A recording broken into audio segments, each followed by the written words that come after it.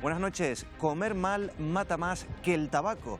Esta noche le vamos a ofrecer un reportaje especial en el que vamos a comprobar cómo la mala alimentación tiene consecuencias desastrosas en la salud de los canarios. Analizaremos algunos alimentos procesados y también queremos comprobar la efectividad de alimentos light y de la dieta milagro. No se pueden perder el reportaje que les ofreceremos en unos minutos. Además estaremos pendientes de Venezuela. Allí ha sido detenido el vicepresidente de la Asamblea Nacional, elevando mucho más la tensión en el país. Ya son varias voces las que piden una intervención militar. Y esta noche arranca la campaña electoral de las elecciones autonómicas. Esta noche vamos a debatir las medidas estrella de los principales partidos para gobernar durante los próximos 4 años. No se vayan, enseguida volvemos.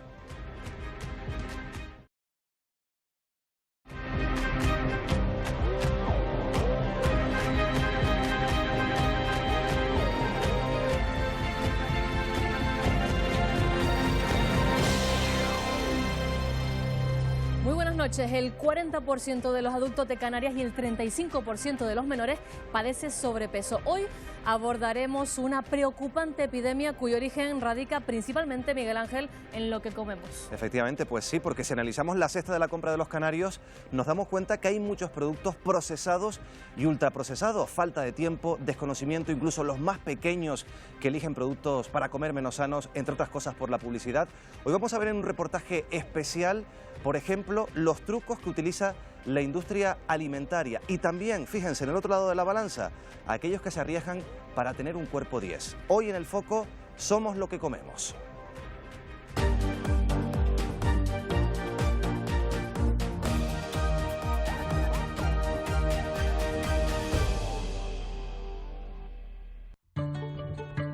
Son las 8 de la mañana.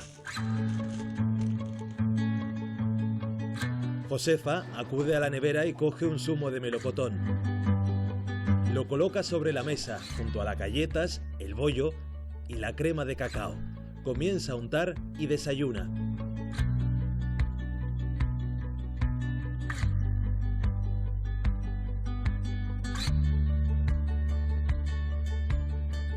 Cuando son las 2 de la tarde, es hora de pensar en la comida. Elige algo rápido y fácil de hacer. Una pizza.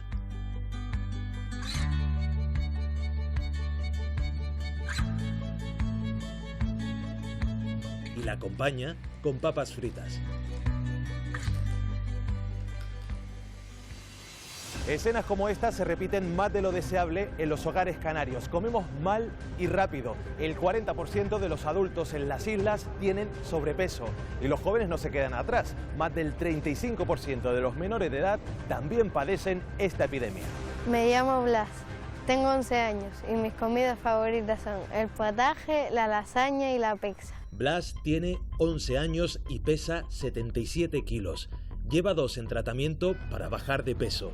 Su madre lo lleva a un nutricionista porque teme por su salud. Pensaba mucho en la comida, quería constantemente comer, le gustaba picar mucho entre horas y quería comer a veces de vez en cuando algo que no debía, como precocinados o pizzas o galletas y chocolate también. ¿Y qué pasaba con la nevera? Que a veces la saltaba y... A veces la saltaba, a veces decía un bizcochito o jamón o lo que pillara, lo primero que pillara era lo que devoraba. ¿Y tú qué le decías? Que no picara, que no era bueno para él. Pero claro, ¿cómo le quitas la comida a tu hijo? Se ponía nervioso, no podías, tenía que comérselo y punto. Es una adicción, la comida es una adicción. La preocupación es nuestra. Él es un niño, él es feliz, él quiere ser feliz, él se preocupa de otras cosas. ¿Y su día a día cuál es? ¿Él sale a la calle a jugar? No. Sale a la calle sí salgo yo, sí, pero solo no. Y no siempre uno llega a trabajar estresado y no tienes tiempo tienes que hacer otras cosas y la verdad se te va el día. Los más pequeños cada vez juegan menos fuera de casa. Han sustituido el balón por el ordenador, el móvil o la tablet. A mí me gusta jugar a la Play, coger el móvil y ver vídeos de videojuegos y historia. Yo no puedo jugar al fútbol o otro tipo de deportes que pueda lesionarme. ¿Por qué? Porque por mi estado físico puedo lesionarme fácilmente. ¿Te lo ha prohibido el nutricionista? Sí. El caso de Blas es uno de los 27.500 menores de edad que en Canarias sufren este problema. Pero, ¿por qué ocurre esto? ¿Cuáles son las razones? ¿Alguien nos enseña cómo tenemos que alimentar a nuestros hijos? Reunimos a varios padres y madres.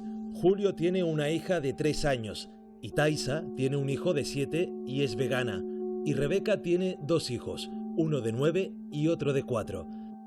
Será nuestro nutricionista, Camilo, el que medie en el debate. ¿Alguien os ha enseñado a vosotros que sois padres cómo tenéis que dar, por ejemplo, ese desayuno a vuestros hijos? Yo sola. ¿Alguien te ha dicho, el desayuno es la comida más importante del día? Siempre lo he escuchado. Y de hecho, pues no cumplo la norma. O sea, siempre es algo rápido y fácil. Bueno, yo me he informado bastante, pues a raíz básicamente de hacerme yo vegana. El día, tanto a mi pareja como a mí, nuestros padres, hemos seguido la tendencia del pasado. Lo bueno es que intentan preocuparse por la alimentación, pero hay desconocimiento, que la culpa al final no es de los padres, sino de la sociedad en general. ¿Es la falta de tiempo un problema? En mi caso sí. Tengo que ir siempre a contrarreloj. Mi marido es oficial de albañilería y yo trabajo en una cafetería. Y por cuestiones del trabajo, muchas horas trabajando, pues no tengo la disponibilidad de poder, ¿sabes?, procesar una comida buena. Podemos encontrar algunos alimentos que es verdad que nos pueden dar rapidez, como pueden ser legumbres que vienen en bote, ya vienen precocidas, bueno, cocidas, y no tendrían nada más que la legumbre, la sal, el agua y el conservante, ¿vale? Incluso alimentos congelados, que no quiere decir que sean malos, ¿vale? Un pescado a lo mejor congelado para no tener ni que estar esperando en la pescadería. En mi caso, mi hijo come en el comedor, con el hándicap añadido de que un menú vegano es prácticamente imposible, con lo cual él come, digamos, lo que es el primero, nunca tiene problema, y el segundo ya tiene que ir un poco, pues casi la guarnición y poco más. Entonces, me supone un esfuerzo extra, entre comillas, de que la cena la hago como si fuera la comida principal. Entonces, ahí es donde tengo que preocuparme de que tenga las proteínas que no ha comido en el día, viene a base de legumbres, viene a base de tofu. Realmente la alimentación vegana, el único problema que tiene actualmente es la oferta que tenemos fuera de casa, que no está adaptado como debería. Hay platos que, por ejemplo, a uno le gusta la espaguetis boloñesa, normal, de toda la vida, y al otro no le gusta con tomate, la carne picada. Por ejemplo, lo que se hace, mi mujer lo que intenta es hacer por las noches, y cuando estoy yo, intentamos hacer por las noches platos de cuchara, que sí que los comen muy bien, porque les gustan los hombres, pero por ejemplo, los mayores no comen pescado. Lo más importante en estos casos, cuando se tienen varios niños, hay distintos gustos, yo le digo mucho a los padres que viene bien hablar de alimentación con los niños, buscar un huequito donde nos sentemos, donde miremos gustos que hayan en común e intentar organizar un poquito un menú familiar a lo mejor en el día libre. La forma de alimentarnos condiciona nuestra salud. Por ello, contactamos con uno de los más importantes especialistas en nutrición, Luis Serra. Queremos saber por qué hay tantas personas con sobrepeso y obesidad en Canarias. La genética no es responsable de la obesidad en Canarias. Nuestra genética se denomina alimentación insana y sedentarismo. Esto es nuestro gen de la obesidad. Cuando vamos a un supermercado, ¿comprar productos frescos es más caro o esto es un mito? Esto es cierto, es más caro comprar seguramente un pan en una buena panadería que comprar un pan procesado en grandes cantidades, ¿no? Lo comprobamos. 2 personas nos ayudarán con este experimento. Una llenará el carro con productos frescos y la otra con productos procesados. Marimar elige comprar refresco, bollería, pizza, papas y salchichas, mientras que Fren llena su carro de agua, queso, huevos, pechuga de pollo, mandarinas y lechuga. ¿Qué carro de la compra tendrá un coste más elevado?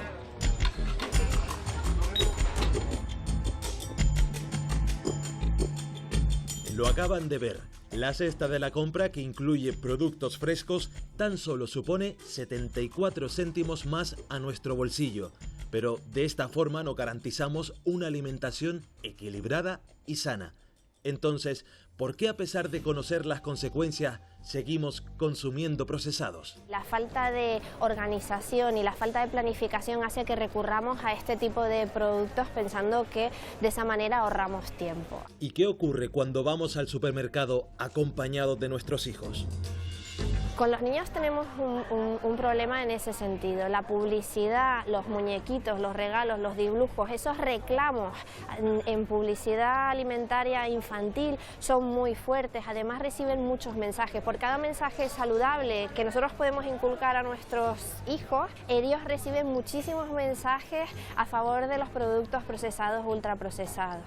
Volvemos a encontrarnos con los padres. Les lanzamos la pregunta. Cuando vais a hacer la compra, vuestro hijo o hija elige parte de esos productos que os vais a llevar a casa. El mío llena todo el carro, que si paquete de papa, que si huevo Kinder. Y digo, bueno, a veces le compro una chocolatina, algo de huevo Kinder, maltese, lo que le gusta a los niños. Es una locura ir con ellos a comprar. Lo que pasa es que yo, por ejemplo, la mía coge otras cosas. Si mi hija ve algún producto que tiene algún dibujo de una serie de televisión de dibujos animados o cualquier cosa de esas, pues ya está claro que la niña lo va a coger. Por ejemplo, hay pasteles que ella no come pasteles, pero ve, tengo en mi casa dos paquetes de estos de bocadillos de pan de bollo con puntitas de chocolate y los coge por el dibujo. No lo come, después que no lo come y no se lo damos tampoco. Y después un problema bastante serio que yo siempre lo he dicho, que deberían de prohibir las publicidades y todo lo que es los reclamos publicitarios para niños en productos que no son saludables. Una manzana no nos pone un dibujito animado, pues ¿por qué nos lo pone un bollo o una palmera de chocolate, por ejemplo? Eso es un problema que yo creo que hay que solucionar a nivel político ya. ¿Y qué ocurre con los adultos? En nuestro caso, la falta de tiempo y el desconocimiento nos llevan a descuidar la alimentación. Esther ha llegado a pesar 150 kilos. Cuando subes una escalera con 150 kilos... Oh, madre mía.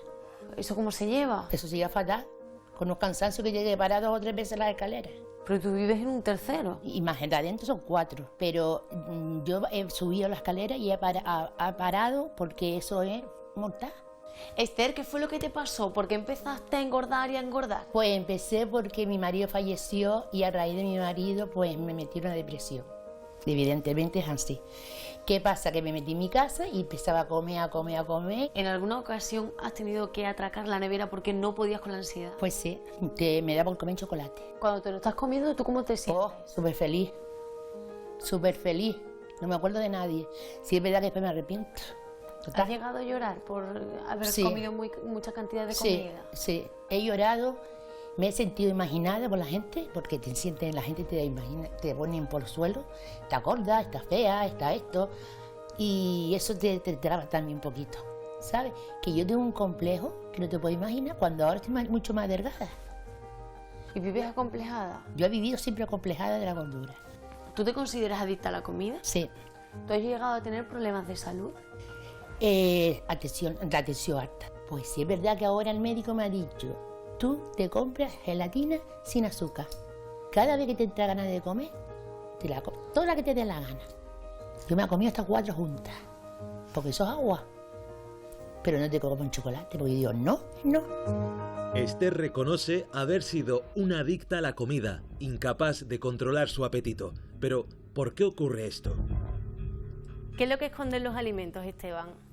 Los alimentos pueden tener alguna serie de ingredientes que a priori los consumidores no consideren que están presentes, pero que si realmente analizan de manera adecuada el etiquetado se podrían sorprender. Por ejemplo, el zumo es algo que normalmente está en muchos hogares. Cuando leemos la lista de ingredientes nos encontramos con que tenemos puré de melocotón en una concentración del 50% y el resto nos encontramos con agua y una serie de aditivos.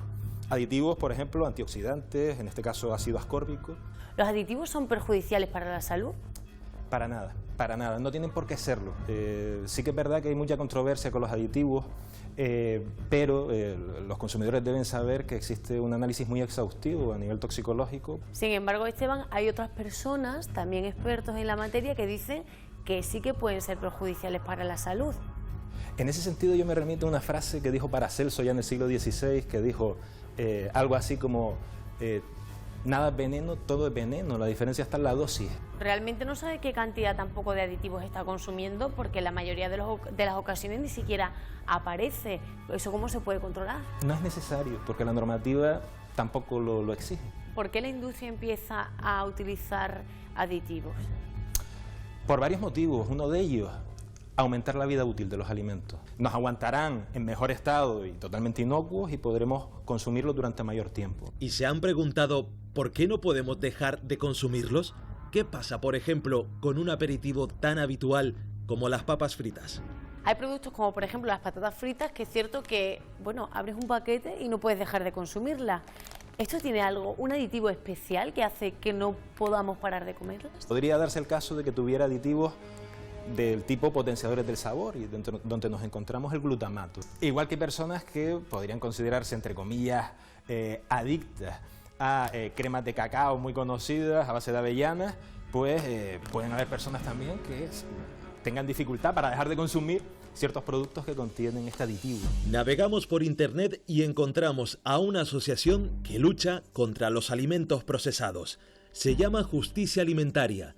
Piden volver a un modelo de alimentación basado en los productos locales. Estamos actualmente en una dinámica que ni siquiera hemos logrado estabilizar y tiene que ver con como si dijéramos, el desarrollo inmenso y la falta de control y de regulación de una industria alimentaria que ha acabado por enfermarnos, y un Estado que nosotros decimos que ha dimitido de sus funciones, como es proteger la salud pública. En España, para haceros una idea, el 80% de los anuncios de alimentación insana, es decir, altos en grasas, saturados, bollerías, ese tipo de cosas, en Inglaterra ese tipo de anuncios el 80% estarían prohibidos, y en cambio en España es directamente barra libre.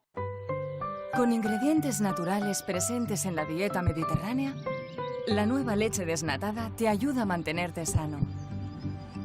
Enriquecida con omega 3 y nueces, también te ayuda a combatir el colesterol. Tu corazón lo agradecerá toda la vida. ¿Enriquecida? Casi el 70% de lo que estamos consumiendo es alimentación procesada. Y eso quiere decir pues que nos está generando problemas, porque son los vehículos, o es el vehículo del alto consumo de azúcar, de sal y de grasas saturadas, que son fundamentalmente lo que nos están enfermando. Comer mal mata más que el tabaco. Según un reciente estudio, unos 11 millones de personas en el mundo fallecieron en 2017 por una mala alimentación. Hablamos de casi el doble de las muertes que provoca fumar. Para que se hagan una idea, el cáncer mata a menos personas al año, y es precisamente el cáncer una de las enfermedades asociadas con los malos hábitos en la comida. Una mala alimentación puede, a día de hoy, y eso ya lo sabemos, que puede explicar 1 de cada 3 cánceres. Es que lo más importante es basarnos en una buena prevención para no desarrollar esta enfermedad, que es la enfermedad del siglo XXI. También nos preguntamos si los productos que están en los supermercados y que se publicitan como más sanos pueden ser una alternativa a la comida procesada. Los productos light se han convertido en una opción para muchas personas para bajar de peso, pero ¿son realmente un sustituto saludable? Muchas veces estos productos light son menos saciantes que los productos originales. Esa bajada en el porcentaje ese descenso en el porcentaje de grasa, o esa cantidad menos de azúcar que tienen, o el uso de edulcorantes, pueden producir incluso menos sensación de saciedad y recurrir más veces a un producto light porque no nos hemos terminado de saciar. Pero ¿saben realmente cuál es la diferencia entre un producto normal y un equivalente bajo en grasa? Volvemos a dirigirnos al laboratorio. En el caso de este producto, de este queso para untar no light, pues nos encontramos que tenemos en 100 gramos de producto 267 kilocalorías. ¿Cuántas kilocalorías nos vamos a encontrar en este producto light? 172 kilocalorías. Vemos una diferencia bastante apreciable. Según los expertos, la diferencia entre un producto light y otro que no lo es que debe tener como mínimo un 30% menos de calorías. Además, aseguran que no son más saludables, pero aún así los consumimos como si fueran más sanos. Tienen los mismos componentes que cualquier producto procesado. Pero hay quien no deja espacio en su cesta de la compra a productos procesados ni a sus alternativas light. por el contrario, prefieren una alimentación basada en alimentos denominados bio o eco. Es el caso de Marce, que desde hace años solo compra productos de origen ecológico. ¿El 100% de los productos que tú consumes son ecológicos? Intento que así lo sean. No resulta fácil encontrarlo todo, pero tengo que decir que si no es el 100%, sí es el 90% de lo que en este momento consumimos en casa. ¿Tú crees que estás obsesionado por comer sano? Yo estoy obsesionado por vivir bien la vida, y eso incluye comer productos ecológicos. Es tal el compromiso de Marce con estos alimentos que en su desayuno no falta un zumo, aunque eso sí, de naranjas ecológicas. A mi hijo siempre le hago un zumo de naranja cuando se levanta por la mañana. Él lo aprecia, no solamente cuando se lo hago, sino alguna vez que he intentado cambiar y decir, bueno, vamos a beber un poquito de leche. Me dice, no, hazme papá un zumo de naranja. Pero, ¿consumir cada día un zumo de naranja es 100% recomendable? Cuando estamos consumiendo el zumo, estamos utilizando entre una media de 3 y hasta 5 naranjas, dependiendo de la cantidad que hagamos, pero nosotros de forma natural no nos comemos 5 naranjas en un desayuno ni en una merienda, con lo cual estamos consumiendo mucho más azúcar del que consumiríamos si comiésemos la fruta entera. Nos estamos tomando de una sentada entre 50, 60 y hasta incluso 70 gramos de azúcar de una vez. Por este motivo, Cristina Raya no recomienda tomar más de un zumo de naranja al día. Y otro producto que hemos visto que en la casa de Marce no falta son los huevos, pero ¿son los ecológicos y los camperos más saludables? Realmente no hay mejores y peores en cuanto al valor nutritivo del alimento. Digamos que es muy similar, que puede haber pequeñas diferencias en cuanto a la yema por la propia alimentación de la gallina, pero que realmente no tiene un impacto significativo en el valor. Nosotros como productores te podemos decir que realmente no podemos identificar, no podemos diferenciarlo. Un huevo de gallina en jaula es puesto por la misma gallina campera. Entonces, la diferencia que puede haber entre la cáscara o la parte interna del huevo, nosotros no podemos apreciarlo. Hombre, nutricionalmente los huevos no son distintos porque alimentan igual, tienen la misma carga de proteínas y tienen todo igual.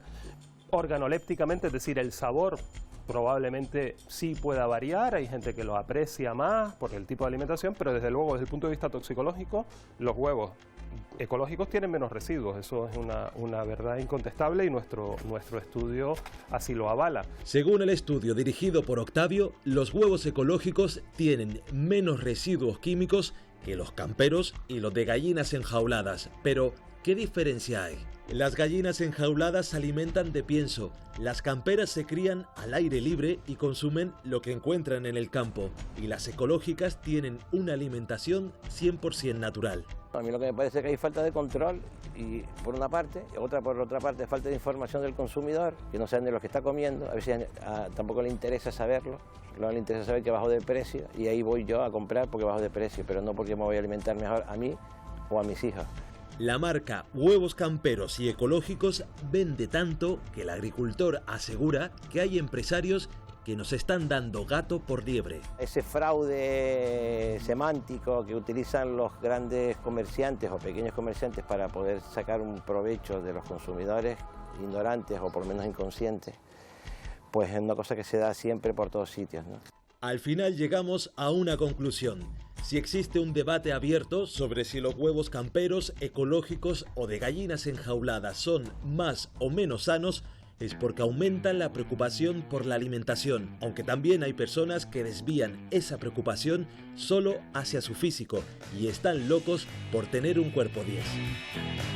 Para tener un cuerpo como el mío hay que sacrificarse un poquito, hay que comer bien. Yo en mi caso llevo un plan de alimentación bastante guiado, pues tengo 5 comidas diarias, suplementación deportiva, horas de entrenamiento, es bastante exhaustivo todo.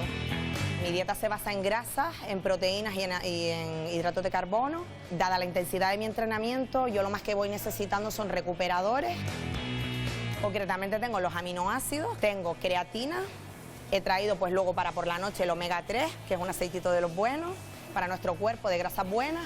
Y luego también he traído para poder dormir, para poder descansar un poquito y controlar un poco la hormona del estrés. Cuando terminas de entrenar, yo me tomo para recuperar pues mi batido, ya tiene todas mis proteínas, tiene mis hidratos de carbono. ¿Tú siempre has estado sana? ¿Desde que llevas esta dieta o en tu vida nunca has tenido ningún tipo de problema? Nada, yo tengo mi plan guiado y ellos me exigen analíticas cada 3 meses, entonces un poco la alimentación y los entrenamientos van en función de eso, de si hay algún tipo de carencias que no lo tengo. Pero hay gente que se llega a obsesionar tanto. Yo creo que un exceso de suplementación deportiva o que no esté guiada, que la gente tome por tomar, no es sano. Y es ahí donde realmente está el problema, en la falta de control. Pero, ¿qué opinará de este tipo de dietas una nutricionista? La gente consume mucha cantidad de suplementos deportivos y nutricionales sin ningún control. Y la realidad es que a nivel científico no se ha demostrado que sirvan para nada, pero sí suponen un problema para la salud consumidos de esta manera. Se distribuye y se recomienda sin ningún control y sin ningún personal cualificado para hacerlo. ¿Realmente hay personas que no tienen ningún tipo de formación y que están recomendando dietas? Lo averiguamos. Encontramos en internet a una mujer que, además de indicar determinadas dietas, aplica acupuntura como método para adelgazar. ¿También estará haciendo negocio con la alimentación? ¿Aló? Hola, buenos días. Le llamo porque he visto su anuncio que realiza usted acupuntura y quería informarme un poco. Con la acupuntura equilibras todos los órganos, el estómago, vaso, páncreas, todo, y es lo que nos va a ayudar. ¿Ya en la primera cita se aplica la acupuntura o cómo funciona? Haces una primera terapia, hacemos una evaluación completa de cómo está, se hace la terapia completa, son 50 euros.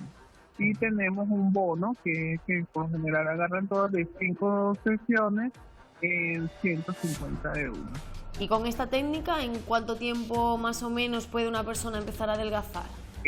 Bueno, pues todos somos diferentes, pero vamos llevando un control, también un control de cómo tu alimentación, te explicamos cómo debes comer cada 3 horas. ¿En qué consistiría esa dieta?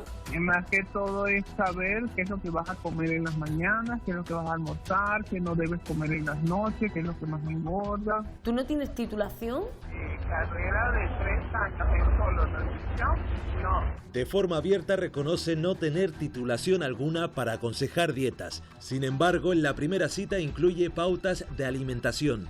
Seguimos navegando y encontramos a un entrenador personal. Llamamos.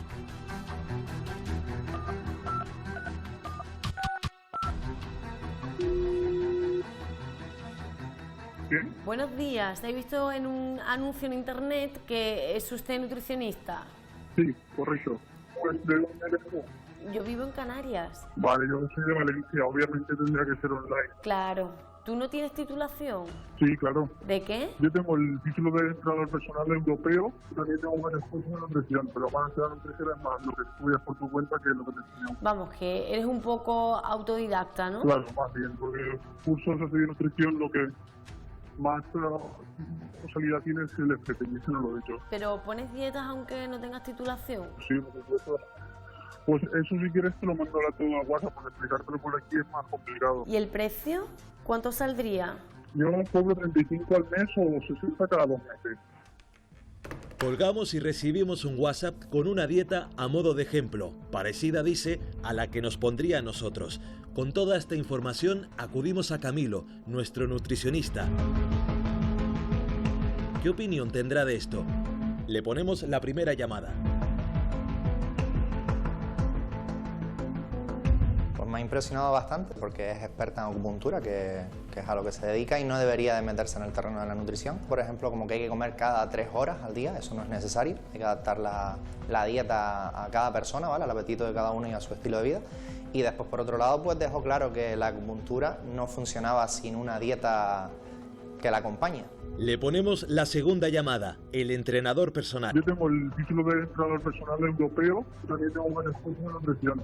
Tristemente, muchos de ellos se catalogan como nutricionistas. Es algo muy común que te dicen, no, nutricionista. Y muchos pacientes me lo han dicho. Yo he ido a otros nutricionistas y realmente después no he ido a esos nutricionistas. Han ido a intrusos, como en este caso, que te reconoce abiertamente que no ha estudiado nada, que simplemente ha hecho un curso de entrenador personal y que después, de forma autodidacta, pues ha ido leyendo ¿Y en dónde se habrá formado? ¿Leyendo el qué? Porque no puedes comparar una carrera de 4 años con lo que puedes leer en internet. Nos ha mandado una dieta, dice que es un ejemplo de lo que él suele más o menos enviar a la gente, así que léela a ver qué te parece. En líneas generales, la dieta es una dieta bastante repetitiva, te quitan muchos alimentos que sí se pueden comer y son saludables y serían necesarios incluir en una dieta. Bastante proteica también, una dieta alta en proteínas. Algunos alimentos que no son adecuados, como puede ser el ketchup, por ejemplo, ¿vale? Si realmente están enseñándote a comer, que sería la base de la nutrición, no debería estar ese tipo de productos. Son dietas que no recomendaría para nada, pero me he encontrado cosas peores. De hecho, tengo un ejemplo por aquí para enseñarte de una paciente que está ahora conmigo y ha mejorado bastante su alimentación, pero vamos, lo que estaba comiendo, pues bueno, por decir algo, no estaba comiendo, estaba bebiendo. Era una dieta únicamente de licuados. Este tipo de dietas son dietas que realmente no te acercan a la salud, sino te alejan de ella. Y esto es muy importante que quede claro que por eso hay que ponerse en manos de profesionales, no dejarse engañar. Y este posiblemente sea uno de esos casos, porque me costaría creer que una persona con un mínimo de preparación pueda hacer este tipo de dietas. Cosas que me sorprenden, pues la frase final realmente es más de una secta que un eslogan de nutrición, digamos. Pues no suprimir las cosas buenas de la vida impide disfrutar de las mejores. Esto es algo sorprendente, te está diciendo como que no comas, que te privas de comer, que después va a venir lo mejor. Realmente me sorprende. Estamos ante algo muy serio. Patricia, nombre ficticio, ha llegado a enfermar por seguir dietas prescritas por personas que no tenían ningún tipo de formación. ¿A ti qué te ha llegado a pasar? Empecé a consumir grasas del hígado. Vale. Eso significa que tus transaminasas en el hígado se alteran y salen altas. Eso es súper peligroso. Fui al hospital. Luego también tuve problemas en el riñón. ¿Tú qué has dejado de comer en todo este tiempo? Verduras, frutas, porque sobre todo en la última dieta mi alimentación se basaba en arroz, pollo, medio plátano, merluza y brócoli y huevo, ya está. ¿Pero cómo vas a dejar de comer frutas y verduras si eso es...? Porque supuestamente son calóricas y no te aportan nada. Es más, en el último caso yo pedí a la persona que me llevaba la dieta si podía consumir más frutas y verduras porque yo sentía que mi cuerpo me lo estaba pidiendo. Yo lloraba de ganas de comerme una manzana, que nunca me ha gustado, porque el cuerpo te lo pide. ¿Te decía que no? Me decía que las frutas y las verduras no son milagrosas y que así no vamos a perder peso. ¿Te llegaste a obsesionar? Sí, muchísimo, muchísimo.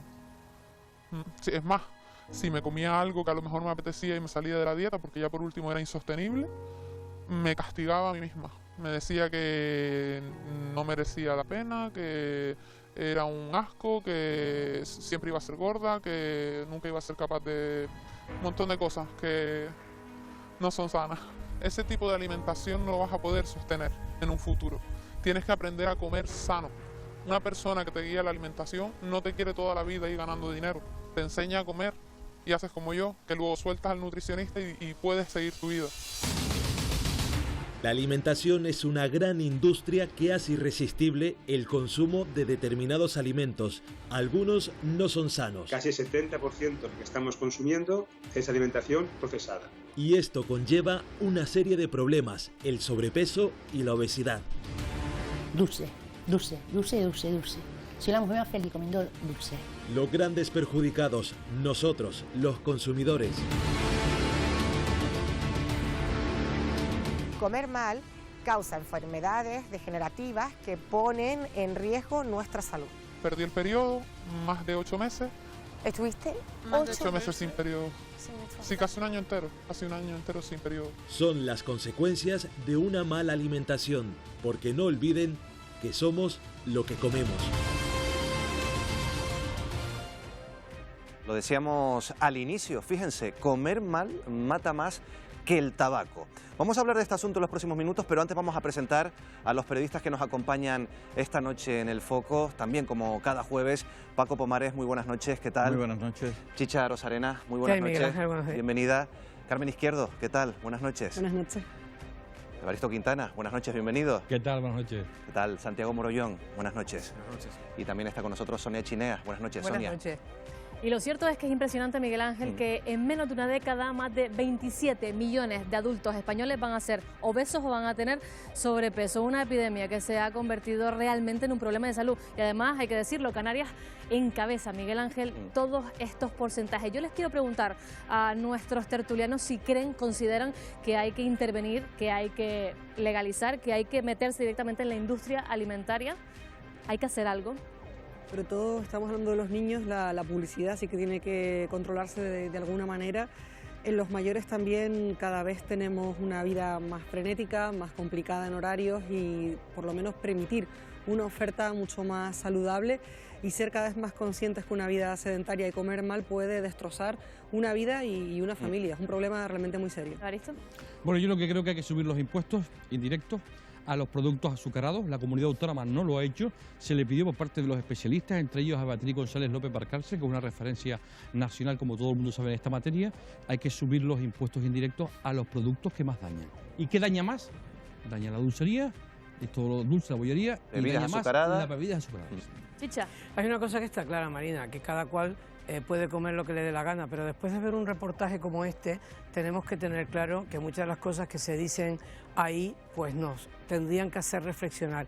Los padres decían una cosa muy importante en el reportaje, ¿no? Lo estábamos comentando Carmen y yo fuera de antena, y es que realmente la vida ha cambiado, la gente no tiene tiempo. Y luego hay una cosa que está clara, ¿no? Y es que hay como un vicio por ciertas cosas que aunque te digan que son malas, la gente parece que tienen un atractivo especial. Sin ir más lejos, lo de las patatas fritas o lo de las hamburguesas y demás. Tú puedes tomar una hamburguesa normal, pero lo que no puedes hacer es atiborrarte a 2 y 3 hamburguesas.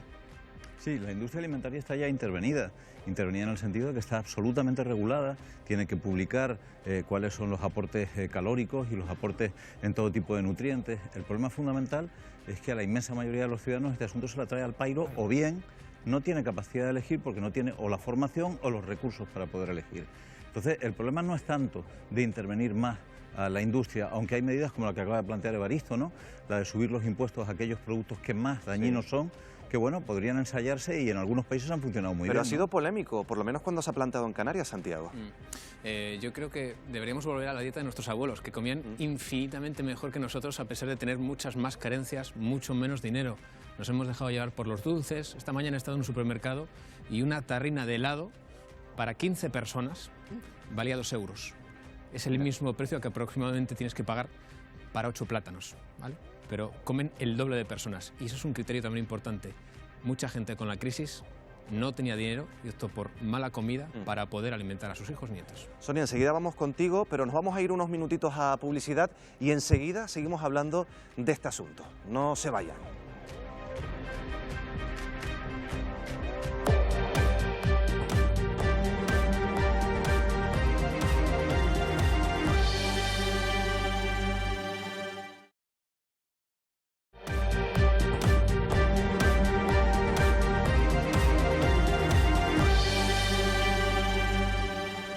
Canarias está a la cabeza en porcentajes de obesidad, también de sobrepeso, un problema de salud que ya se ha convertido en una epidemia y ya se lo hemos mostrado en el reportaje anterior. El 70% de los alimentos que consumimos son absolutamente procesados, por eso les quiero preguntar esta noche, ¿se debe aplicar un impuesto a este tipo de alimentos, Sonia?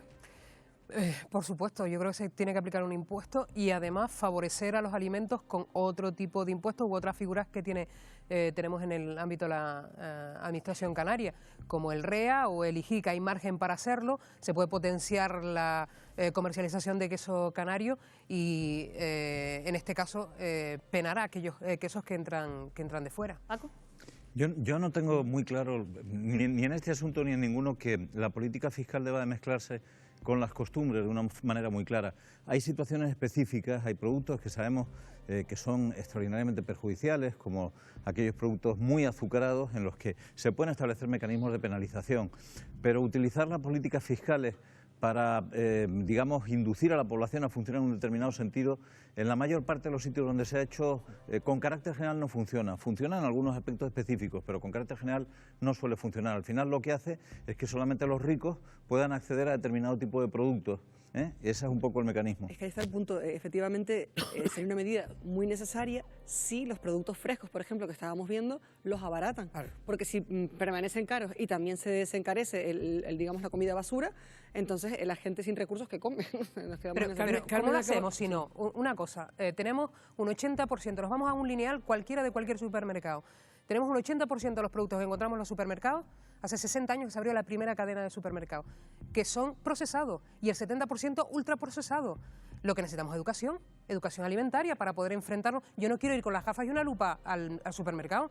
Pero ya vamos así. Sí, ya vamos así. Dándole la vuelta, tardamos media hora. Siento una indefensión total. Y que el pescado fresco en una zona, en unas islas, no sea casi prohibitivo. Pero yo estoy con Paco Pomares en el sentido, accesible. yo no soy partidaria de imponer ningún tipo de impuesto. Lo que hay que imponer a la gente es enseñarles a comer. Carmen también ha aportado un detalle, se podían abaratar un poco los productos frescos. Mira, sin ir más lejos, porque me acaba de suceder hace unos días, tú vas a un supermercado, lo estábamos también hablando antes de entrar en plató, y bueno, si son 2 o 3 personas en casa puedes comer pescado fresco, pero en cuanto una familia sean 5 o 6, no pueden comer pescado fresco. Ten en cuenta que el kilo puede estar a 11, 12 euros el ahí kilo. Sigue estando la clave, en que hay comida para personas ricas y está para personas pobres. Lo hemos visto. Sí, Santi, pero hay que decirle a la gente lo que se debe de comer, luego cada cual que elija lo que quiera, pero también es verdad que hay que abaratar un poco. Hemos visto una los factura de la frescos. compra en la que un paquete de salchichas para una persona valía 56 céntimos.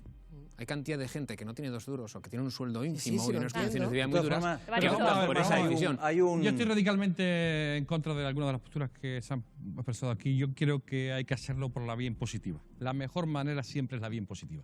Hay que poner impuestos a la bollería, hay que poner impuestos a la comida más procesada, hay que poner impuestos a los refrescos, hay que ponérselo. ¿Por qué? Porque se le ha puesto al tabaco y el tabaco ha bajado su consumo. Esto es matemático, te lo dicen los especialistas, esto está desarrolladísimo. Productos concretos hay que ponerle, y además hay que apostar por los productos frescos. ¿Cómo se apuesta por los productos frescos? Apoyando a la agricultura local, como por ejemplo los agricultores de Canarias que ahora se están manifestando para que haya buenos productos. Esos productos son caros. Y los productos caros, el pescado fresco, la carne fresca, esos productos son caros. Aquí hay un problema de dinero. Pero por eso estamos hablando, que hay comida para ricos y para pobres. Es que está claro. ¿Y estarían a favor, por ejemplo, de restringir ciertos productos procesados como ya se está haciendo en Gran Bretaña, por ejemplo? Creo que no, yo creo que no. Sí. Más bien es una cuestión de educación. Y es que al final tomamos nota cuando nos obligan. Hay cantidad de gente que ha optado por tomar una dieta sana cuando la vida le ha dado un susto. Cuando tiene un infarto, cuando de repente se hace un análisis de sangre y ven que el colesterol les dispara. Entonces es cuando aprenden a comer bien. Es una cuestión de educación y de comportamiento en la vida, si no es más. Santi, el dato que aportaste hace unos minutos es demoledor, que una terrina de helado para 15 personas costara 2 euros. 2 euros, quiero recordar que dijiste, y tú dices, bueno, y le da de comer postre a un montón de gente. Ahora, claro, habría que ver la calidad del helado. Pero por eso mismo, es que ese helado probablemente sea muy malo y esté lleno. De todas formas, estamos teniendo más una conversación sobre dietética que una conversación sobre obesidad, que era el problema al que nos enfrentábamos. Pero y yo creo que hay dos cuestiones diferentes. Una es comer mejor y otra es comer menos.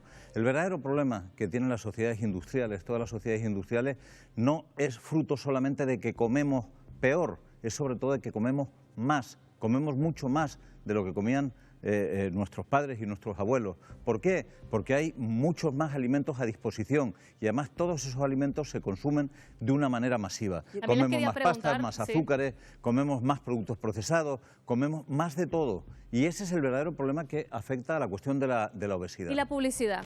Referida directamente a los menores de ciertos alimentos que sabemos que no son sanos para ellos. ¿Hay que restringirla? Por supuesto, porque además está comprobadísimo que funciona y que los pequeños ya desde una edad muy temprana relacionan el divertimento, relacionan a los superhéroes o que van a comer ese alimento con que van a tener algo especial.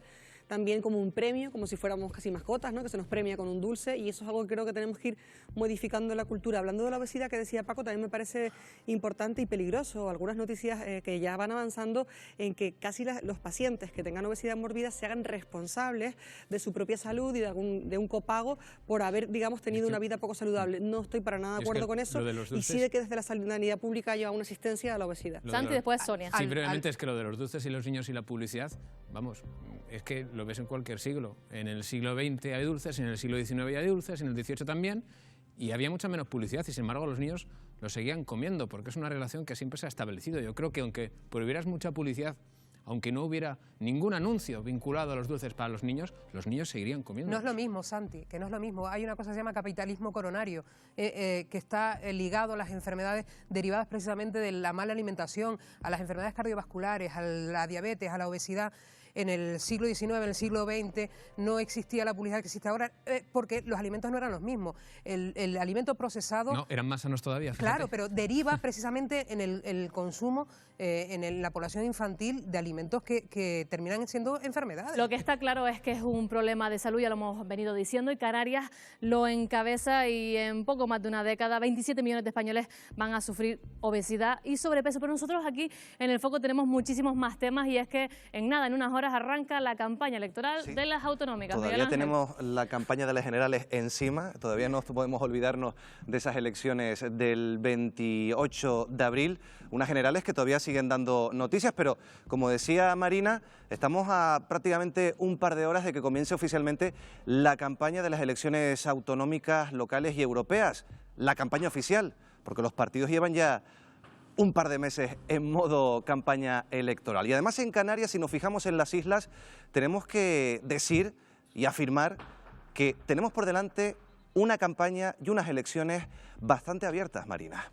Así es, Miguel Ángel, por eso queremos conocer con nuestro sociólogo Miguel Martín. ¿Qué tal? Muy buenas noches. Buenas noches. Exactamente qué es lo que va a pasar en estas autonómicas, porque hemos tenido ya los resultados del CIS autonómico que dan hasta en 10 autonomías la victoria del PSOE. Bueno, parece que, claro, que el PSOE va a tener una mejora de los resultados importante. El CIS apunta efectivamente esa victoria en una gran parte de las autonomías. Hay que esperar un poco, sobre todo lo que es la parte de la distribución de escaños, que es un poco donde se decide. Estamos viéndolo aquí en pantalla, esos escaños que le da entre 20 y 23 al PSOE, seguido de Coalición Canaria y muy seguido después del Partido Popular con 9-11. ¿Se acerca esto a la realidad? 20-23 PSOE, 12-15 Coalición Canaria. Bueno, en un principio el CIS es muy bueno en la parte de estimación de los porcentajes de voto, pero sí es verdad que tradicionalmente hierra con una mayor importancia a la hora de asignar los escaños. En nuestro caso, en el caso de Canarias, es verdad que tradicionalmente sí se ha alejado bastante los resultados finales. ¿Y ha tenido la clave del nuevo sistema electoral canario? ¿Lo ha tenido en cuenta el CIS? Si vemos los resultados en términos porcentuales, tenemos que pensar que no. Me explico, a Vox le estaba dando un 2, algo, 3, y pico, según los diferentes medios que han publicado, y aplicando el nuevo sistema electoral canario, la barrera electoral es del 4%, con lo cual el Vox quedaría automáticamente fuera.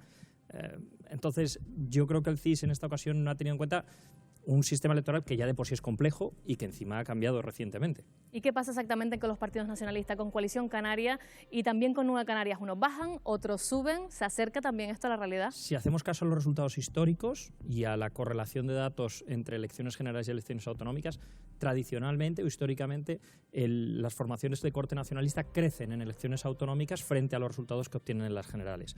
El CIS parece que apunta ahora en el sentido contrario. Veremos un poco lo que sucede. Si seguimos viendo esos resultados, vemos que Ciudadanos le podría dar ese sorpaso a Podemos. Puede ser. Es verdad que Ciudadanos en la anterior ocasión se nos quedó fuera del Parlamento Autonómico por muy poquitos votos. En esta ocasión parece claro que lógicamente va a superar esa barrera electoral, que además se ha reducido con respecto a 2015, y entonces sí es cierto que podemos estar manejando unas cifras, desde luego, quizá no tan elevadas como las que plantea el CIS, pero sí nos estemos manteniendo por encima de los 5 o 6 diputados. Bueno, y la pregunta de cada semana, Miguel, ¿qué va a pasar con Vox? Bueno, en Vox siempre decimos lo mismo, pero tenemos que pensar, yo voy siempre al dato en frío. Vox ha sacado ahora en las elecciones generales más de 60.000 votos en Canarias. En estos momentos la barrera electoral canaria a nivel regional es del 4%. Eso significa que tienes que obtener del orden de entre 37.000 y 39.000 votos. ¿Creemos que Vox va a mantener 39.000 votos a nivel de todo Canarias? La sensación es que sí, no parece que aparezca que se vaya a presentar una caída tan grande. Y en ese momento le tenemos que dar entrada. Cuando le demos entrada, ¿dónde en un principio parece que tiene más posibilidades de entrar? Gran Canaria y Tenerife. ¿Y cómo va a afectar, Miguel, esta elección por la lista regional de 9 diputados? Bueno, es una situación totalmente nueva para el electorado, donde se va a encontrar además, en nuestro caso, en el caso de Canarias, que yo creo que es especialmente interesante y especialmente complejo, se va a encontrar con 5 urnas distintas. Entonces, es especialmente difícil. La verdad que como es la primera vez que nos enfrentamos a ello, vamos a partir un poco de cero. No está muy claro. No está muy claro, entonces tenemos que ver al final si el electorado tiene claro qué es lo que se elige en esta urna regional, qué es lo que votamos y tenemos que tiene que haber un proceso pedagógico, por decirlo de alguna forma, importante. Y quizás nosotros los periodistas no lo hemos explicado del todo bien. Miguel Martín, un placer como siempre, muchísimas gracias. Y Miguel Ángel, ya lo has visto, estas son las claves para las autonómicas, las primeras claves del CIS. Pues sí, además un CIS que conocíamos hoy, durante el mediodía, primera hora de la tarde, un CIS también que ya saben suele ser polémico. En las últimas encuestas, en los últimos barómetros, pues ha generado, ya saben, esa polémica entre el PSOE y la oposición sobre si son datos cocinados o no. Nosotros vamos a abrir nuestro cronómetro esta noche, 20 segundos, para preguntar precisamente por esto. ¿Nos tenemos que creer este último CIS, Paco?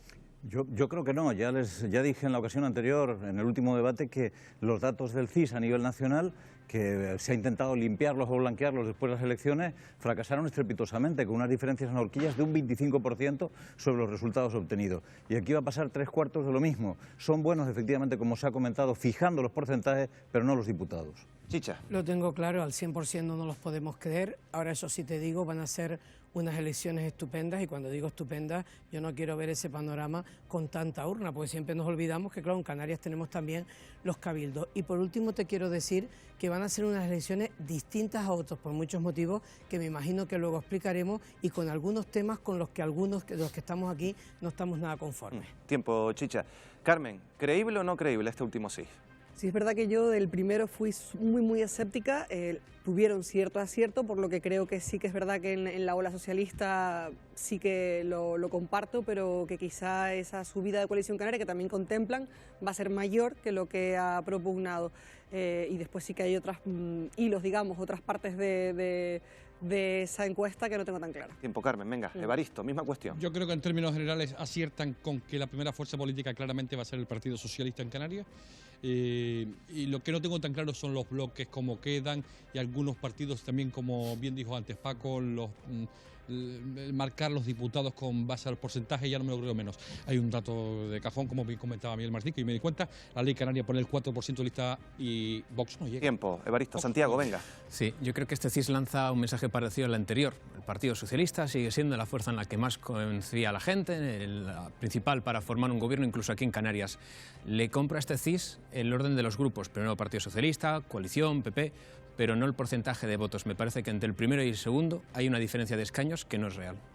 Sonia, cierras tú el cronómetro. Bueno, con un panorama tan abierto, que además viene auspiciado por varias olas, la de una coalición canaria que hipotéticamente iba a un desastre en las anteriores elecciones y que viene aupada por 2 diputados, y un partido socialista que sigue en la ola nacional y que creo que le va a beneficiar.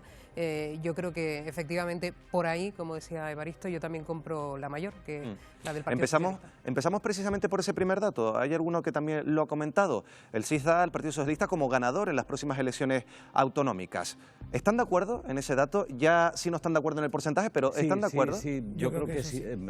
Prácticamente evidente que el Partido Socialista va a ser el partido más votado en las próximas elecciones, igual que lo fue en las anteriores, que a veces se nos olvida. En Canarias, en las últimas elecciones regionales, hace 4 años el partido más votado fue el Partido Socialista. Luego no debería ser una sorpresa que en estos momentos, con viento de cola, vuelva a ocurrir lo mismo.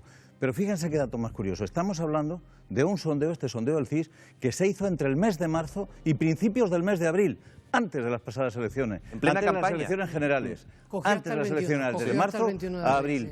Es decir, que los resultados que nos plantean son unos resultados que se pueden ver influidos por los resultados de las elecciones. No, lo primero que tenía que haber dicho el CIS es, señores, estamos presentando un sondeo que fue trabajado en su trabajo de campo hace más de un año, hace más de un mes, es una cosa un poco... No, y además otro detalle que hay que decirle a los telespectadores del foco, ¿no? La muestra, quiero recordar, corríjame si me equivoco, 924 personas en todo el archipiélago, preferentemente, lógicamente, Tenerife y Gran Canaria, ¿no? De todas formas, Miguel Martín ha dicho algunas cosas que, bueno, luego las vas acoplando, pero fíjate que estamos muchas veces pensando solamente en el número de diputados, y Paco ha dicho una cosa que es verdad, muchas veces el número de diputados no se corresponde con el número de votos, porque depende de la isla en la que te hayan votado. Las circunscripciones. Y hay un detalle que no debemos dejar de lado, señores, que es que en este 2019 tenemos una nueva urna, que es la urna regional, que es para 9 diputados, porque recordemos que el 10º pasamos de 60 a 70 diputados, es para Fuerteventura por población. Bueno,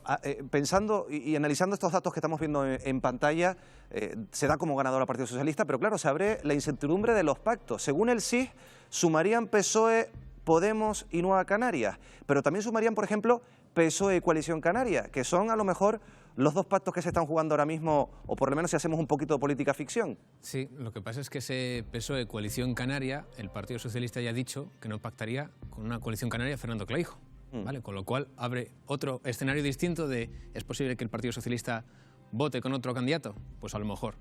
A mí me parece que esa es la fórmula que podemos tener, porque me va a dar la impresión de que ni en un bloque ni en el otro se va a alcanzar la cifra de los 36, que es con la que se consigue la mayoría absoluta. Hombre, está claro que Coalición Canaria siempre se mueve mejor en el voto puerta a puerta y los últimos días gana votos. Esto no lo puede negar nadie porque es un dato histórico. Pero evidentemente el PSOE va a ganar las elecciones en Canarias. Yo no tengo ninguna duda ante eso en este momento, porque si ya la ganó anteriormente en el número de diputados no, pero sí en el número de votos, evidentemente la va a ganar mejor. ¿Y por qué pacto apuestas, Evaristo? Y en cuanto a los bloques tampoco están claros, ni siquiera con lo que ha dicho el CIS. El CIS hace bien esos porcentajes, pero ya llevar los diputados no está tan claro. Así que aquí yo tampoco tengo tan claro cómo va a quedar la cosa, ¿eh? Nosotros nos dedicamos a esto, tampoco tenemos aquí una bola de cristal. Una bola de cristal. Yo digo que pueden estar los dos bloques ahí, los dos bloques pueden estar ahí, pero el pacto más probable y más facilón es PSOE Coalición Canaria. Yo, si me dejas intervenir un momento, Miguel. Rápido para ir con Sonia y con Carmen.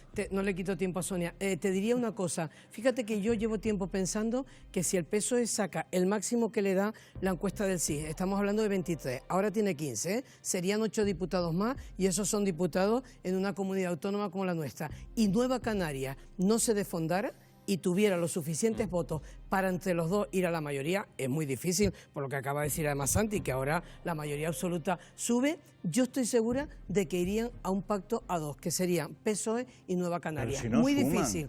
Pero si ni siquiera te estoy hablando suman. si sumaran. Vamos a ver. Si rápido, Paco. Si analizas el resultado de la suma de los votos de los tres partidos de la izquierda, el CIS da una horquilla que da de 30 diputados, es decir, les faltan 6 para gobernar, a 38, es decir, les sobran 2 para gobernar. Las posibilidades de que los partidos de izquierda no se roben diputados entre ellos y sumen todos el lado alto de la horquilla son absurdas. Paco, hecho la matización, si el PSOE fuera lo pero más es que alto se te ha olvidado de la horquilla, meter a Podemos. Nueva Canarias, no, bueno, Podemos también lo puedo incluir, incluso a los 3 de Casimiro Curvelo. Es que si no, no suman. A los 3 de Casimiro Curvelo. Y así no sumarían tampoco. Pero también te voy a decir una cosa, el CIS no le da seguro 3 sobre 4 en La Gomera a Casimiro Curvelo, a la agrupación socialista Gomera. Eso también es un detalle, porque aquí voto arriba, voto abajo. Otro detalle curioso en relación con eso, y concluyo. El CIS le da de 2 a 3 diputados en La Gomera con un 2% del voto, mientras que en las elecciones anteriores con un 0,6% del voto, es decir, con la tercera parte del voto que le da el CIS, sacó 3 diputados. Bueno, ¿qué clase de sondeo es ese? Ahora seguimos analizando esto, me pide paso Sonia y Carmen, pero se lo decíamos antes, estamos prácticamente a 1 hora y cuarto de que comience oficialmente esta campaña electoral, pero lo cierto es que en las últimas semanas hemos visto como los partidos han ido desgranando parte de su programa electoral. Marina, propuestas que nos vas a trasladar ahora. Así es, Miguel Ángel, la vivienda, la educación, el empleo, la economía o la lucha contra la pobreza son algunos de los temas que más preocupan a los ciudadanos. Por eso vamos a repasar algunas propuestas que han avanzado los principales partidos canarios antes de iniciarse la campaña electoral. El Partido Socialista Canario plantea un plan de lucha contra la pobreza dotado de 100 millones de euros que podría beneficiar a 70.000 canarios. Además, y en la línea de los viernes sociales de Pedro Sánchez, los socialistas canarios prometen convertir los consejos de gobierno en lunes sociales. Podemos defiende una renta ciudadana de entre 720 y 990 euros al mes, dirigida a personas que estén atravesando una situación de vulnerabilidad económica. La financiación de esta nueva prestación se cargaría al presupuesto de la comunidad autónoma. Sin embargo, Nueva Canarias propone construir 10.000 viviendas de promoción pública en 4 años para el alquiler social. Pretenden así de esta manera dar una solución habitacional a los jóvenes y también a las familias con dificultades económicas.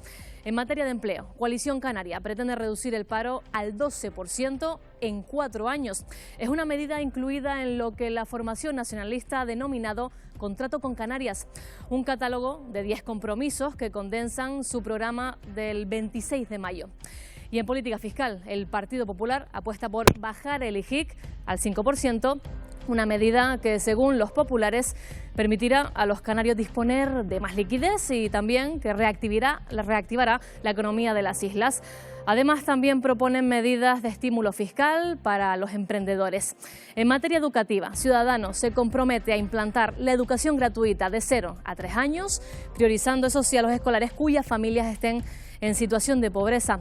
La formación naranja también quiere una mayor presencia de la tecnología en las aulas. Bueno, estas son algunas de las propuestas que hemos escuchado en las últimas semanas y hay una pregunta que les quiero trasladar y empiezo por ti, Sonia.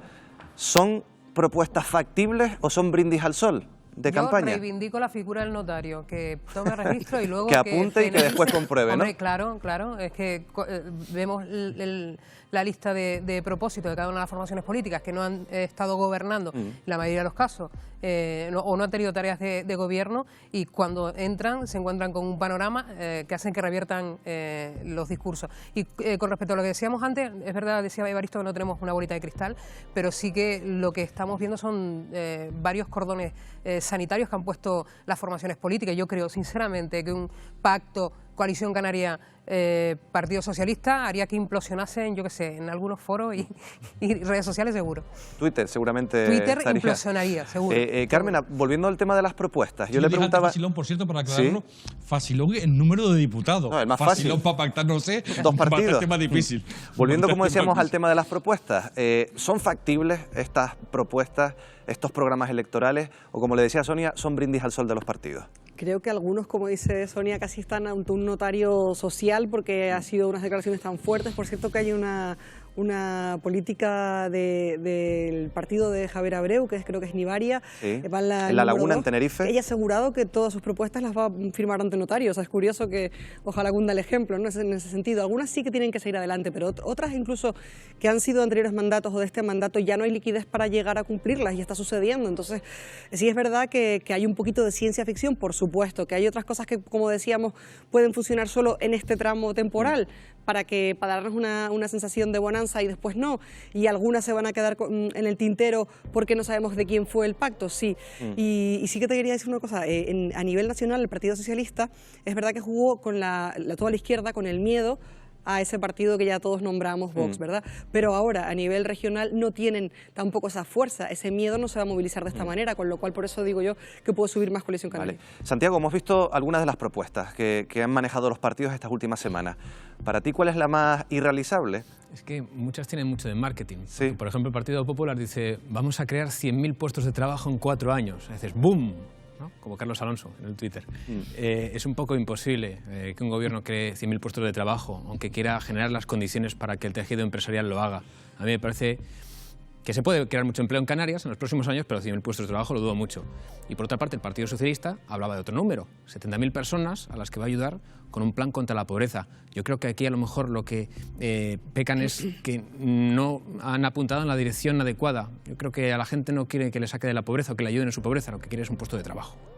No sé si 100.000, pero un puesto de trabajo. Excepto que sea basura, ¿no? Igual, bueno, hombre, por supuesto, obviamente. Sí, esto ya igual es, sí llega. esto ya es otro... Yo tengo, Miguel Ángel, una cosa muy clara, y es que hay que ser muy respetuosos con el tema de la pobreza. A mí no me gusta que se lance el tema como lo lanzan algunos. Entiendo que es una medida positiva, ¿vale? Sí. Pero que a lo mejor no tendríamos que estar apuntando por ese lado. Pero hay una cosa clara, que cuando se habla de la pobreza, que en esta campaña se está hablando muchísimo, porque por fin han caído desde hace un tiempo que en Canarias hay pobreza, como la hay también en otras comunidades autónomas españolas, hay una cosa muy clara, ¿no?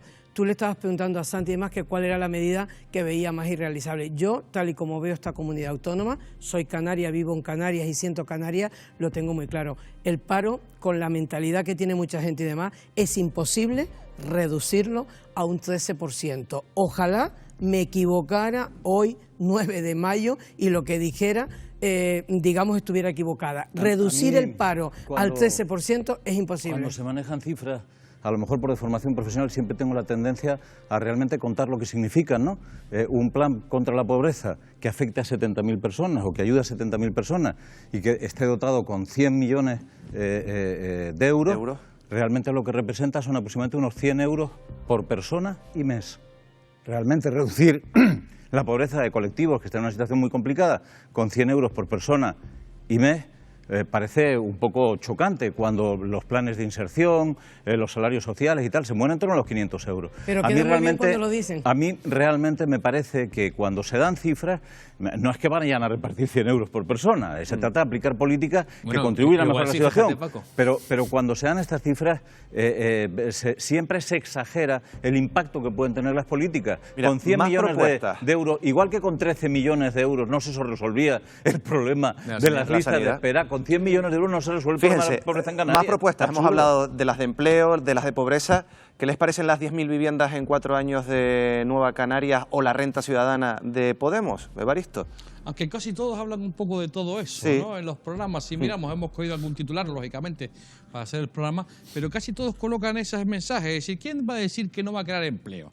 ¿Quién va a ser el soquete que va a decir, yo estoy por no crear empleo? Por favor, por favor. ¿Quién va a decir que no va a ser viviendas públicas, que no han hecho ninguna desde 2012? ¿Quién va a decir que no? Ninguno. Van a decir todos lo guay. Vamos a decir que vamos a ayudar a los pobres, que vamos a crear empleo, para bajarlo al 12%, meter 100.000 personas cuando en este momento el turismo va de caída. Nos vamos a meter en 100.000 tíos más trabajando. Bueno, a ver de qué sector. Rápidamente, que me lo cuente. Pero bueno, sea como fuere, todos están vendiendo un poco la misma moto y bastante irrealizable. El presupuesto de la Comunidad Autónoma es el que es. El descenso, la desaceleración económica de la Comunidad Autónoma es la que es. Vamos a ir bajando lentamente. Sí, y entonces no podemos crecer en todo eso que nos están diciendo. Es decir, alguien nos quiere meter un gol. Y parece que son muchos. Sonia. Llevamos 2 décadas, al menos la última de forma muy intensa, hablando de la diversificación de una economía que no llega a diversificarse. Efectivamente lo apostamos todo a la industria del turismo, que empieza a no tener recorrido, básicamente porque fuera están empezando a reverdecer, y me parece increíble, por eso reivindicaba la figura del notario, por favor. O sea, mucha gente vota por lo que escucha, en los debates televisados, y lo hace de forma consciente, a personas que están en situación de pobreza o que están en situación de desempleo, creyendo que la respuesta la tiene enfrente con esa formación política. Esto que está comentando Sonia, a nivel municipal sucede muchísimo más. O sea, si ya sucede a nivel nacional, a nivel municipal, los vecinos que están en una exclusión social, que están en necesidad, realmente creen que en ese partido concreto va a estar la solución, va a estar esa ayuda social o va a estar ese mañana. Y es verdad que estamos vendiendo muchas motos. Venga, Santi. Además, no nos engañemos, es que la capacidad de maniobra de un gobierno autonómico es la que es. O sea, no se puede pretender que el Ejecutivo canario vaya a cambiar el rumbo de la economía de Canarias para siempre. Si hemos sido incapaces de salir de las 2 principales listas o 2 principales rankings que hay en España, sanidad y educación. Si año tras año seguimos estando a la cola, si no hemos ni siquiera salido de ese pozo, por así decirlo, ¿cómo nos están contando que van a generar todos esos puestos de trabajo o ayudar a la gente con esos 100 euros? Bueno, estamos hablando de las próximas elecciones y de lo que puede pasar a partir del 26 de mayo, pero todavía tenemos frescas las del 28 de abril, elecciones generales, y se abre ahora mismo, o por lo menos se abría a partir del 29 de abril, un panorama de pactos. Tiene que salir un nuevo gobierno. Otra cosa es que salga ese pacto antes del 26 de mayo. Pero ese nuevo gobierno se va a tener que enfrentar en los próximos años a retos importantes de futuro.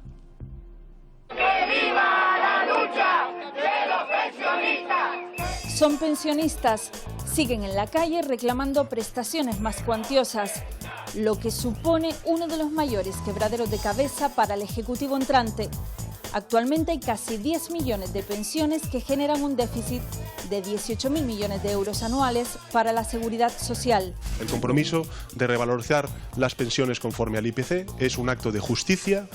El de las pensiones es uno de los mayores retos económicos a los que se enfrentará el nuevo gobierno. Para que se hagan una idea, la proporción es de 2 trabajadores por cada jubilado, y con tendencia a la baja, porque no paran de aumentar y lo hacen más rápidamente que los cotizantes.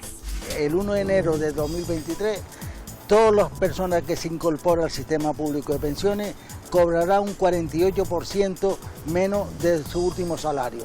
Eso es importante, la derogación. Pero el nuevo gobierno tendrá otro reto: rebajar la cifra del desempleo en un país con más de 3 millones de parados y con 4 de cada 10 personas que buscan trabajo sin protección alguna.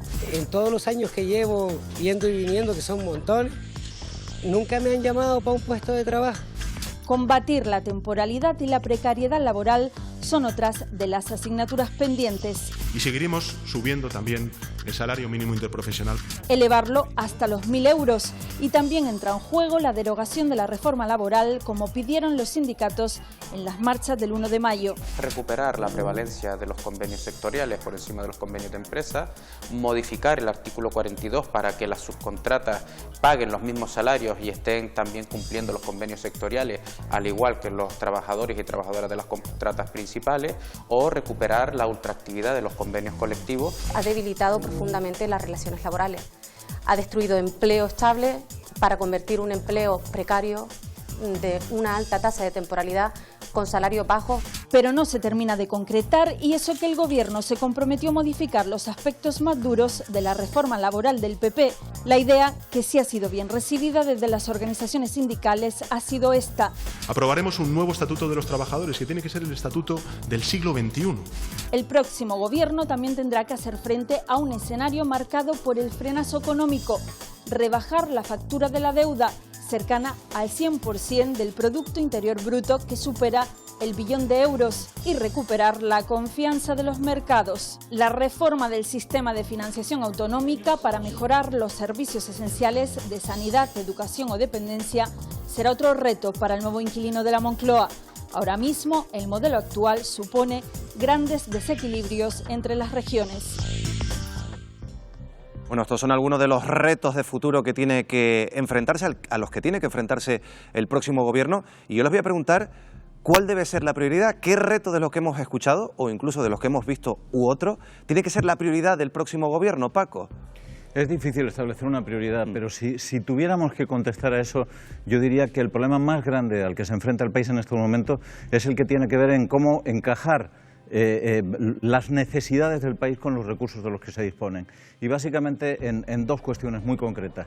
La cuestión de la jubilación, la cuestión de asegurar que los pensionistas van a poder seguir cobrando una pensión a lo largo de los próximos años, y yo no estaría tan convencido de que eso se pueda mantener más allá de 10 o 12 años, por un lado, y por otro lado la necesidad de garantizar que la gente va a poder seguir trabajando. Sabemos que de aquí al 2050, en los próximos 30 años, va a desaparecer el 40% de los trabajos actuales para no ser sustituidos por otros trabajos, que la automatización y los algoritmos van a acabar con todos los trabajos de una manera masiva. Los gobiernos tienen que plantearse seriamente eso, porque sin trabajo, ¿cómo se sostienen las pensiones, por ejemplo? Pensión y empleo, Chicha. Es que, desde luego, lo que ha dicho Paco es para poner los pelos de punta, y ha dicho un dato Padilla. No son datos míos, son de la OCDE. Ya lo sé. Ha dicho un dato el señor Padilla, en representación de los pensionistas y demás, que hay que quedarse con él, ¿no? Que las personas que se jubilen a partir del 2023, es decir, dentro de 4 años, no estamos hablando en el 2050, van a cobrar el 48% solamente del sueldo que cobran cuando estaban en activo. Es duro, ¿eh, Miguel Ángel? Lo tenemos mal. 2023, bueno, a ti todavía te queda bastante. 2023. Luego hay otro dato que a mí siempre me llama mucho la atención, ¿no? ¿Cómo nos metieron el miedo en el cuerpo diciendo, a los que les interesaba lógicamente, que si se subía el salario mínimo interprofesional, esto iba a ser una debacle? Ayer y hoy la AIREF ha tenido que desmentirse a sí misma y decir que bueno, que estaban equivocados y que no era tanto. ¿Pensiones también es el reto más importante del próximo Gobierno? Sería yo un papa frita si dijera que no es importante las pensiones, porque además esto es evidente que todo nos toca y además que hay que repartir el empleo, ya era conocido, hace muchos años que llevamos hablando de esto, porque hay un montón de gente que no va a poder trabajar, pero no va a poder trabajar por la robótica, porque esto se está diciendo por la inteligencia artificial, esto es conocido y ahora va a pasos agigantados cada vez más rápido. Habrá que repartir el empleo. Pero para mí, lo primero que tiene que hacer este Gobierno es derogar la reforma laboral. Lo primero que tiene que hacer este Gobierno es que los trabajadores ganen más dinero, que ganen salarios dignos, que no los echen como a 3 duros, por no decir otra expresión que siempre estaba ocurriendo. Y de un día para otro. Y de un día para otro. Es decir, lo primero que tiene que hacer este Gobierno es que una persona que cobre un sueldo tiene que tener para vivir en una vivienda. No, que tiene que, aparte de trabajar las 8 horas, tiene que ir un momento a Cáritas a buscar algo más de dinero para pagar el alquiler. Eso es lo que tiene que hacer este Gobierno. ¿Que se ha comprometido a hacerlo? Pues que lo haga. Ojo, si se ha comprometido, porque hablaba de un estatuto de los trabajadores que ha sido algo tan criticado y no ese hacer reversible esa reforma laboral que ciertamente ha hecho muchísimo daño, pero que ha sido tan aplaudida por algunos colectivos empresariales, por lo cual parece ser que retroceder es algo imposible o no vamos a ver los derechos que que se extinguieron además de un día para otro. Importante también las pensiones, y sí es curioso que los pensionistas se han organizado, precisamente el lunes se manifiestan y van a dar charlas insistiendo en las elecciones europeas. Los jubilados ya no tienen esperanzas en el gobierno nacional y esperan que sea Europa quien los ampare. No hemos hablado, por cierto, Santiago, de educación o de investigación, por cierto, que también podrían ser retos del próximo gobierno. Pero es que entonces nos metemos no acabamos, en un debate que nos lleva hasta mañana por la mañana. Yo para apuntar un par de cosas con el tema de las pensiones. Sí. Esto es una pelota que se va a ir rodando hacia adelante, hacia adelante, hacia adelante hasta que no podamos más, y la solución va a venir de Europa. Entre otras cosas porque los principales partidos no nos van a poner de acuerdo y porque este Partido Socialista todavía no tiene una mayoría tan consolidada, ni hay visos de acuerdo para que una reforma de las pensiones sea posible. Y respecto al tema laboral, el Partido Socialista se ha comprometido a cambiar un aspecto, algunos aspectos de la reforma laboral, pero no, ojo, no a quitarla por completo. A quitarla, no. Y me quedo con una cosa que ha dicho Gustavo Santana, el secretario de UGT. Podemos estar en el nuevo gobierno, que no sabemos si va a estar, porque ustedes saben que el nuevo gobierno, yo todavía no lo sé. Me quedo con una cosita que ha dicho Gustavo Santana, de primar los convenios sectoriales sobre los de las empresas. Tiemblo con eso, porque entonces lo que se está destruyendo es el buen trabajo que han hecho algunas empresas para garantizar más derechos y mejores condiciones para sus empleados en beneficio de las peores empresas. Sonia. Porque siempre se tiende a igualar a la baja. Y algunas malas.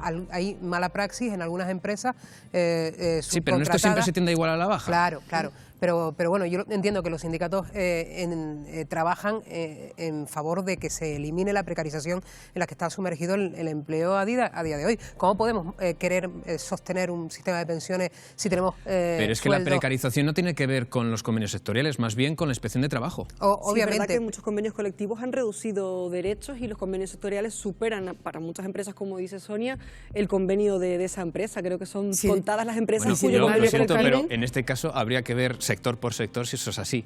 Pero en el mío, por lo menos, o en el de la comunicación, el convenio de la empresa está por encima de lo que es el convenio sectorial. Pero sin ir más lejos, en las últimas horas tenemos una noticia que ha impactado muchísimo, que es el expediente de regulación de empleo de CaixaBank, en el que los el anuncio del Banco Santander también. Correcto, te lo iba a decir, me has leído el pensamiento. Digo, pero es que detrás de la Caixa va el Banco Santander. Y lo que todo el mundo se está mosqueando es, van a expedientes de regulación de empleo ganando miles de millones, con lo cual no es entendible. Y una matización, ojo, porque hay una frase muy buena de un trabajador de la Caixa que me quedé con ella y dice, cuidado, porque este ERE puede ser el ejemplo de otros próximos, siempre en contra del trabajador. Un ERE por cuestiones organizativas, no por beneficios, algo que deja abierta esa última reforma laboral. Por cierto, nos quedan 2-3 minutitos para hablar en este bloque, y sí me gustaría preguntarles, porque estamos hablando ahora de pactos, de política nacional.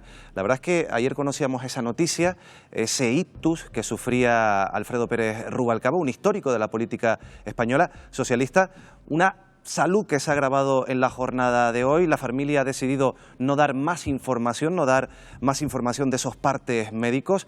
Yo no sé si tienen algo que comentar de la figura de Alfredo Pérez Rubalcaba, como decía, un histórico de la política española. Por cierto, Pedro Sánchez ha suspendido su asistencia a la cumbre europea para estar hoy en Madrid con la familia y con Alfredo Pérez Rubalcaba. Miguel, te puede gustar más o menos Alfredo Pérez Rubalcaba, que todo hay que decirlo, ha pisado muchos callos, pero es una de las personas más inteligentes que ha habido en política. Es decir, un tipo listo hasta decir basta. Y cuando digo listo, lo digo en el sentido positivo, no en el sentido de listillo echado para adelante. No, es un tipo listo. Pero a mí lo que más me ha maravillado ya no es el apoyo que le ha dado los propios socialistas y demás, sino que ahora es momento de recordar que él asume el reto, después del desastre de Rodríguez Zapatero, de coger las riendas del PSOE. Se enfrentó a Carmen Chacó, ya fallecida, en las elecciones del partido que hicieron el Congreso, quiero recordar, en Sevilla. Le ganó a Carmen Chacó, se presentó a las elecciones del 2011 y sacó 101 diputados en unos momentos horrorosos. Complicado. Ahora, ha sido todo dentro de la política, ¿eh? Situación extremadamente grave que está atravesando Pérez Rubalcaba, pero la figura está ahí. Sí, tristemente. Está pasándolo mal ahora. Está claro que es un hombre con una capacidad brutal. Nada más que había que oír sus discursos. Sí, puede estar a favor o en contra del PSOE o de esta persona, pero lo cierto es que es un tipo con una capacidad brutal, pero brutal y total. Y también reconozco esa valentía en el momento complicado. El tipo coge las riendas. No le salieron bien las elecciones, pero bueno. Bueno, pero sacó 101 diputados. Básicamente, y digo era porque lo cierto es que las posibilidades de recuperación son muy escasas, y además él ya no estaba en la vida política activa, estaba fuera de ella, ¿no? Pero en la época en que estuvo en esa vida política activa era un personaje que representaba de alguna manera los buenos modos del antiguo Partido Socialista. Era quizá el último representante de esa escuela de políticos que empezó con Felipe González, Alfonso Guerra y muchísimos más, podríamos estar citando muchísimos, ¿no? Y es el último exponente del viejo PSOE, ¿no? De alguna manera ahora se está haciendo una especie de aquelarre en torno a su figura por parte del nuevo Partido Socialista, que lo primero que hizo fue eliminar a todos los antiguos del Partido Socialista, ¿no? Dicho eso, yo creo que básicamente fue un servidor de la izquierda moderada y tolerante en este país y va a ser, se le va a echar mucho de menos. Que puso a España por encima de los intereses del PSOE y no lo dudó en ningún momento. Carmen. Y fue además un gran estratega y un segunda espada, que es a lo mejor lo que está faltando en esta nueva política. Hay mucho líder, mucho cabeza de lista, pero no segundos espadas firmes que hagan esa consolidación de unas siglas y de una credibilidad en un partido.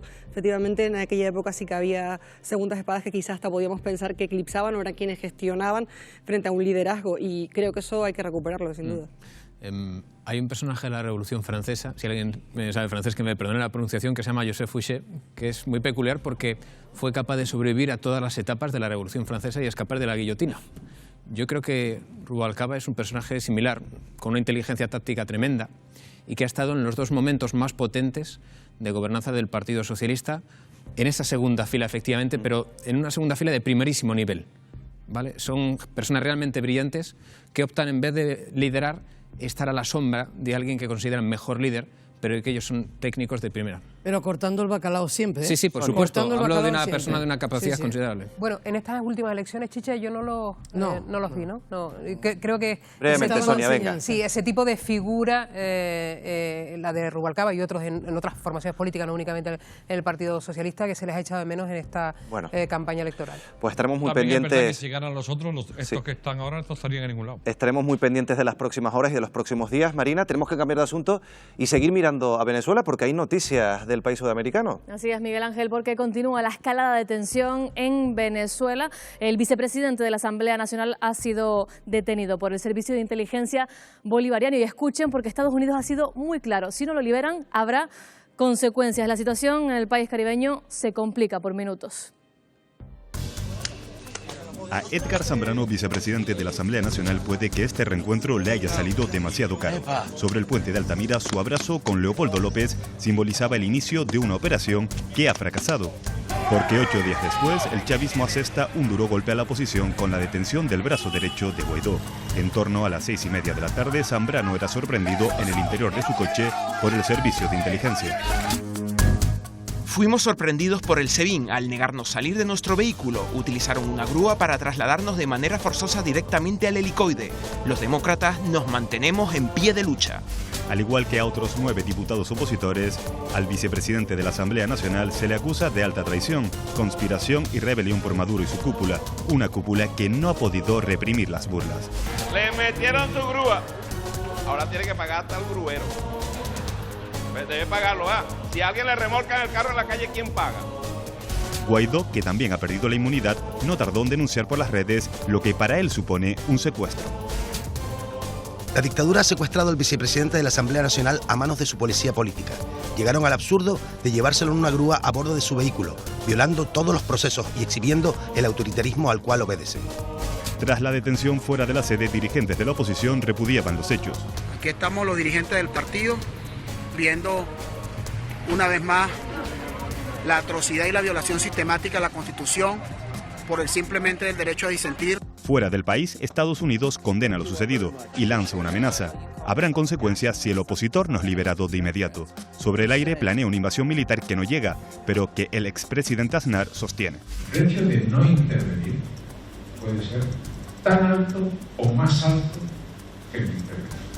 Contrario a esta postura ha sido el ministro de Asuntos Exteriores en funciones, Josep Borrell, quien ha defendido una transición política y pacífica en Venezuela. Además, ha denunciado la actitud de la administración Trump. La administración americana está como el cowboy del oeste diciendo, miren que desenfundo, ¿no? Nosotros no estamos para que nadie desenfunde. Mientras tanto, Leopoldo López continúa refugiado con su familia en la embajada española. El líder de Voluntad Popular permanece en la delegación en calidad de huésped y se le ha limitado la actividad política. Y saludamos al nuevo invitado que se incorpora a este debate, él es Andy Camejo, activista. ¿Qué tal? Muy buenas noches. Hola, ¿qué tal? Muy buenas noches. Y tenemos que recordar que este programa ha invitado a simpatizantes del gobierno de Maduro, pero una vez más han declinado la invitación. Les recordamos que tienen este programa abierto para venir cuando quieran a debatir sobre Venezuela. Continuamos y les quiero preguntar a nuestros tertulianos si esta detención del vicepresidente de la Asamblea Nacional va a derivar en una siguiente detención, la de Juan Guaidó. Paco Pomares. No creo que se atrevan a detener a Guaidó, pero sí es perfectamente probable que ahora que han declarado en situación de caza y captura a una serie de representantes de la Asamblea empiecen por ellos. La amenaza de la administración norteamericana es una amenaza más, se han producido varias en estos tiempos. Yo estoy cansado de escuchar esa declaración, habrá consecuencias, habrá consecuencias. El problema es que esto es como lo de que viene el lobo. A lo mejor al final resulta que si viene y que realmente hay consecuencias, si se produce alguna actitud autoritaria o alguna actitud realmente grave en relación con el vicepresidente de la Asamblea o con cualquier otro líder opositor, pero a lo mejor no. Cuando se está permanentemente hablando de que se va a intervenir, quizá lo que hay que plantearse es que es una amenaza que no tiene ningún valor si no se cumple. Andy. Sí, por supuesto. Estamos siempre escuchando precisamente esa llegada del lobo, esa llegada del lobo, y hoy precisamente están amenazados Juan Andrés Mejías, también diputado de la Asamblea Nacional, miembro y coordinador del Plan País, también está Sergio Vergara y también está el diputado Frei Superlano, también amenazados de despojarlos de su inmunidad parlamentaria, cosa que evidentemente no hubo un precedente, no hubo un antejuicio de mérito contra Edgar Zambrano. Y básicamente Edgar Zambrano lo que está secuestrado. Sin embargo, estamos absolutamente convencidos, yo estoy plenamente convencido de que las horas están contadas para esta dictadura. Santi. Yo creo que esta última detención es la respuesta del régimen de Nicolás Maduro a esa liberación, entre comillas, de Leopoldo López para igualar las tandas. A mí lo que me parece es que se ha enquistado la situación totalmente y esa fuerza que en principio tenía Juan Guaidó parece que se ha ido disipando poco a poco. Muy bueno el término que acabo de utilizar, Santi, lo de se han enquistado. Y una pequeña broma, han instituido ya una nueva manera de llevarse a la gente, ¿no? No te bajas del coche, entonces llamo una grúa y te lo llevo arrastrando. O sea, a mí ya esto me parece, Marina, no es por nada, todo un espectáculo, ¿no? Yo estoy totalmente con Paco Pomares en que yo creo que a Juan Guaidó no se van a atrever a ponerle la mano encima. Y en cuanto a lo de Trump, pues eso siempre diciendo, por cierto, ¿lo anuncia por Twitter o lo dice en persona? Porque ya eso de tendrá consecuencias ya nos empieza a sonar un poco de machango, ¿no? La frase que ha dicho Borrell está acertada, ¿no? Está siempre amenazando con desenfundar y no desenfunda. Pero si nos lo tomamos todo en serio, te digo, creo que efectivamente el tema de Venezuela está estancado. A mí hay algo que yo no acabo de entender. El jueves pasado dije que a lo mejor Guaidó se había equivocado porque se lanzó a la piscina y la piscina no estaba llena de agua, y yo estoy viendo que el mundo le está dando un poco la espalda a Venezuela. O sea, no hay una decisión en firme de decir, bueno, vamos a intentar unas elecciones, pero vamos a intentarlo ya. Maduro, una salida, el otro, el demás allá. No, nos olvidamos y hay días que tú dices, ay, ¿y en Venezuela qué está pasando? No se habla de Venezuela. Andy, ¿se precipitó Guaidó en esa segunda parte de la Operación Libertad? No, el plan estaba plenamente esclarecido, identificado y hubo básicamente miembros externos que echaron el plan hacia atrás. Pero ese era un plan que estaba plenamente identificado, programado, planificado.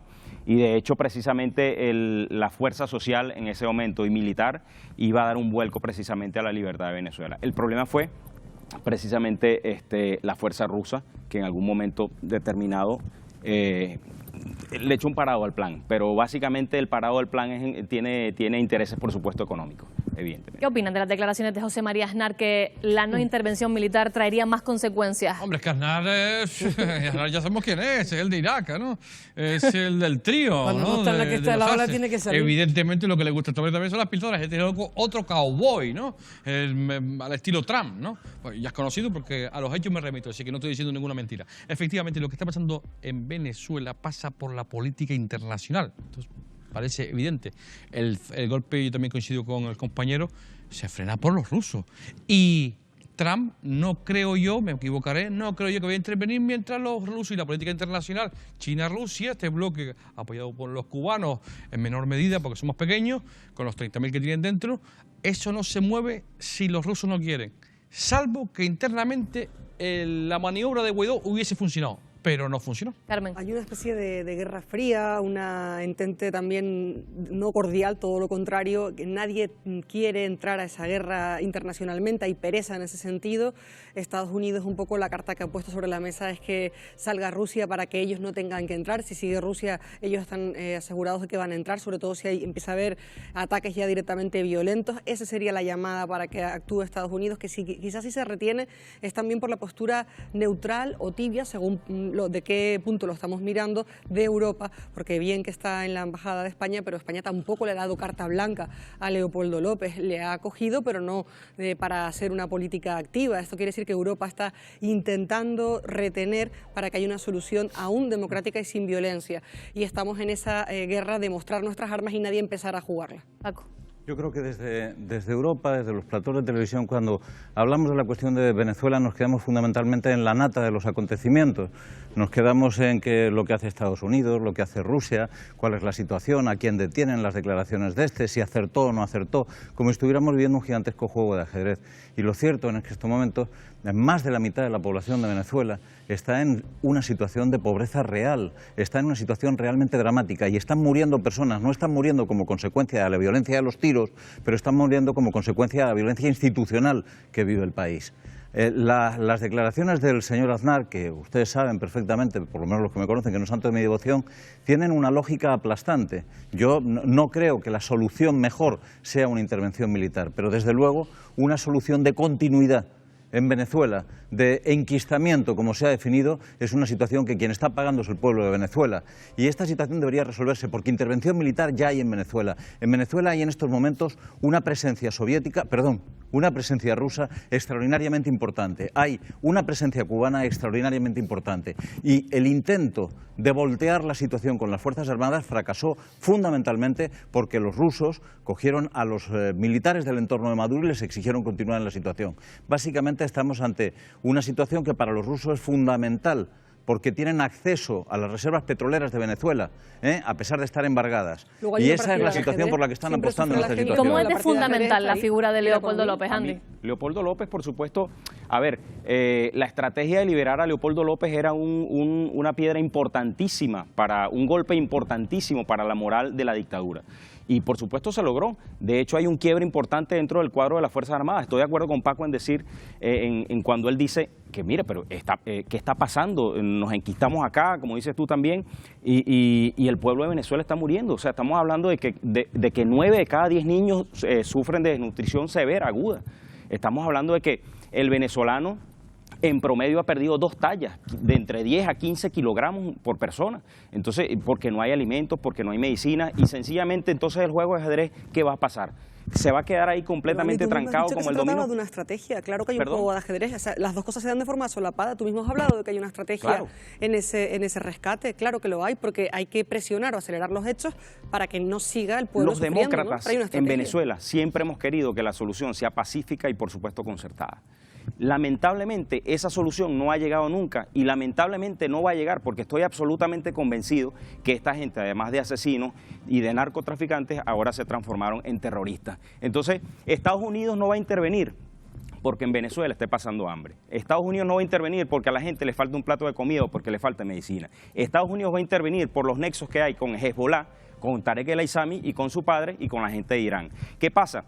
Que hay nexos precisamente del narcotráfico que se están sembrando, no solo en Centroamérica, se sembraron completamente desde que llegaron a Sudamérica por Venezuela, en donde se les dio precisamente facilidades a esta gente para que se sembraran por allí. Por eso va a intervenir Estados Unidos, no porque en Venezuela esté pasando hambre en realidad. Les hago una última antes fuera de micro. Andy me comentaba que aproximadamente en 2 meses él pensaba que Nicolás Maduro salía de Venezuela. Les pregunto a ustedes, ¿creen que en 2 meses o a final de año esta situación se va a acabar? Yo creo que el primer mundo tiene una capacidad infinita para dejar morir a muchos países de hambre. En la historia se ha demostrado un montón de veces, así que me da a mí que en 2 meses esto no lo vamos a ver solucionado. Y que importa poco, que es lo peor, porque fíjate que hace unas semanas, Marina, si pones tu memoria en marcha, recuerda que aquí hablamos del tema de Venezuela diciendo que, bueno, que la ayuda tenía que entrar. Al hilo de lo que decía Paco, ya nos hemos olvidado de informar de si ha entrado ayuda o no, se supone que no, y si se entró, alguien se la quedó. Y luego hay otro tema que acaba de nombrar Andy, tema Irán, pues en las últimas horas tenemos un nuevo frente abierto. O sea, el tratado que se va a ir, no quiero decir la palabra, en fin, aunque no estemos en horario infantil, hay una cosa que está clara, cuidadito porque ahora el enfrentamiento Irán-Estados Unidos nos mantendrá entretenidos y, en resumen, al final, Venezuela, bueno, pues cuando se pueda.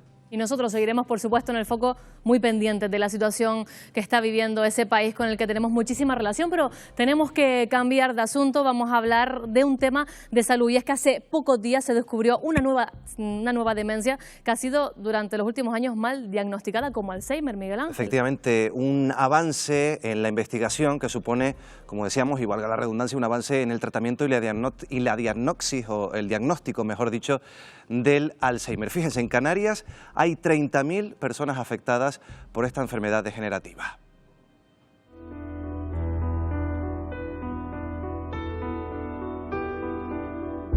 Toda la vida guardamos recuerdos, son nuestro bien más preciado, nuestros padres, las vacaciones familiares, logros y fracasos, penas y alegrías, pero para algunos esa fuente inagotable de vivencias comienza a desaparecer. El Alzheimer es la demencia más común, roba los recuerdos, la identidad. De la memoria, pues ya va pasando ya a lo que se llama las actividades de la vida diaria. El paciente no es capaz, a lo mejor, de vestirse correctamente, porque no reconoce lo que es un pantalón, lo que es una camisa. Algo parecido a lo que vivió Andrés, su mujer la padece, la enfermedad tocó a su puerta cuando tenía 60 años y apenas conecta con la realidad. Ella me reconoce, y le hablo y me escucha, y hay momentos que no me escucha, hay momentos que está en otro sitio. Él representa el amor sin límites, como Juana, su marido también tiene Alzheimer. Lleva 4 años en la fase de que ya ha perdido toda noción. Ya no se acuerda de nada, le preguntas y no sabe. Una enfermedad mental degenerativa de la que todavía no se conocen las causas exactas que la provocan y para la que no existe cura. No es hereditaria. Esto quiere decir que no hay una herencia, pues sí hay una herencia de factores de riesgo. Y esta herencia, lo que también sabemos es que es una herencia multifactorial, lo que en genética entendemos como una herencia que se produce por la combinación de un conjunto de genes.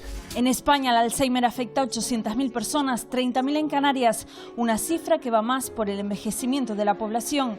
A escala mundial se diagnostican casi 10 millones de casos nuevos al año, o lo que es lo mismo, 1 cada 4 segundos. Y lo que es peor, las previsiones son alarmantes porque se estima que en 2050 más de 100 millones de personas sufran la enfermedad. La trayectoria de esta enfermedad va junto con la familia. Entre más apoyo demos a la familia, el paciente va a estar mucho más estable. Más de un siglo después del descubrimiento de la enfermedad del Alzheimer, todavía no existe ningún tipo de tratamiento, pero ahora los científicos han identificado un nuevo tipo de demencia bautizado LATE, que podría ayudar a explicar por qué las terapias experimentales fracasan una tras otra desde hace años. A la suegra de Víctor le detectaron la enfermedad hace una década, 10 años en los que ha llegado a tener chispazos de memoria. Recuerda el nombre del padre, de alguno de las hermanas. En medio del olvido. Los pacientes que tienen la enfermedad de Alzheimer, que están bien diagnosticados por todo el equipo sanitario que estamos trabajando día a día, tienen una mejor calidad de vida. Por eso a día de hoy el Alzheimer supone un gran reto sociosanitario. Hay que pensar que estas personas acuden antes al médico de familia que a un neurólogo o a un geriatra. Por tanto, yo creo que, y además en estas primeras etapas, el valor del equipo de medicina familiar y comunitaria es extraordinariamente importante. El deporte y la buena alimentación, dicen los expertos, es clave para reducir el riesgo de padecer Alzheimer. Y aunque la investigación médica sigue progresando, el entorno social, recalcan, es muy importante para el tratamiento de la enfermedad. Lo decíamos al inicio, son en Canarias alrededor de 30.000 personas afectadas por esta enfermedad, Marina. Así es, Miguel Ángel. Por eso esta noche queremos saber más sobre esta enfermedad degenerativa y sobre todo sobre la ciencia y sobre las investigaciones. Tenemos con nosotros al jefe de servicio de neurología del Hospital Insular de Gran Canaria, Juan Rafael García. ¿Qué tal? Muy buenas noches. Hola, buenas noches. Buenas noches, doctor. Buenas noches. Bueno, enseguida hablaremos de este asunto, del Alzheimer, de la investigación, de los avances en el tratamiento, pero nos vamos unos minutitos a publicidad y volvemos enseguida.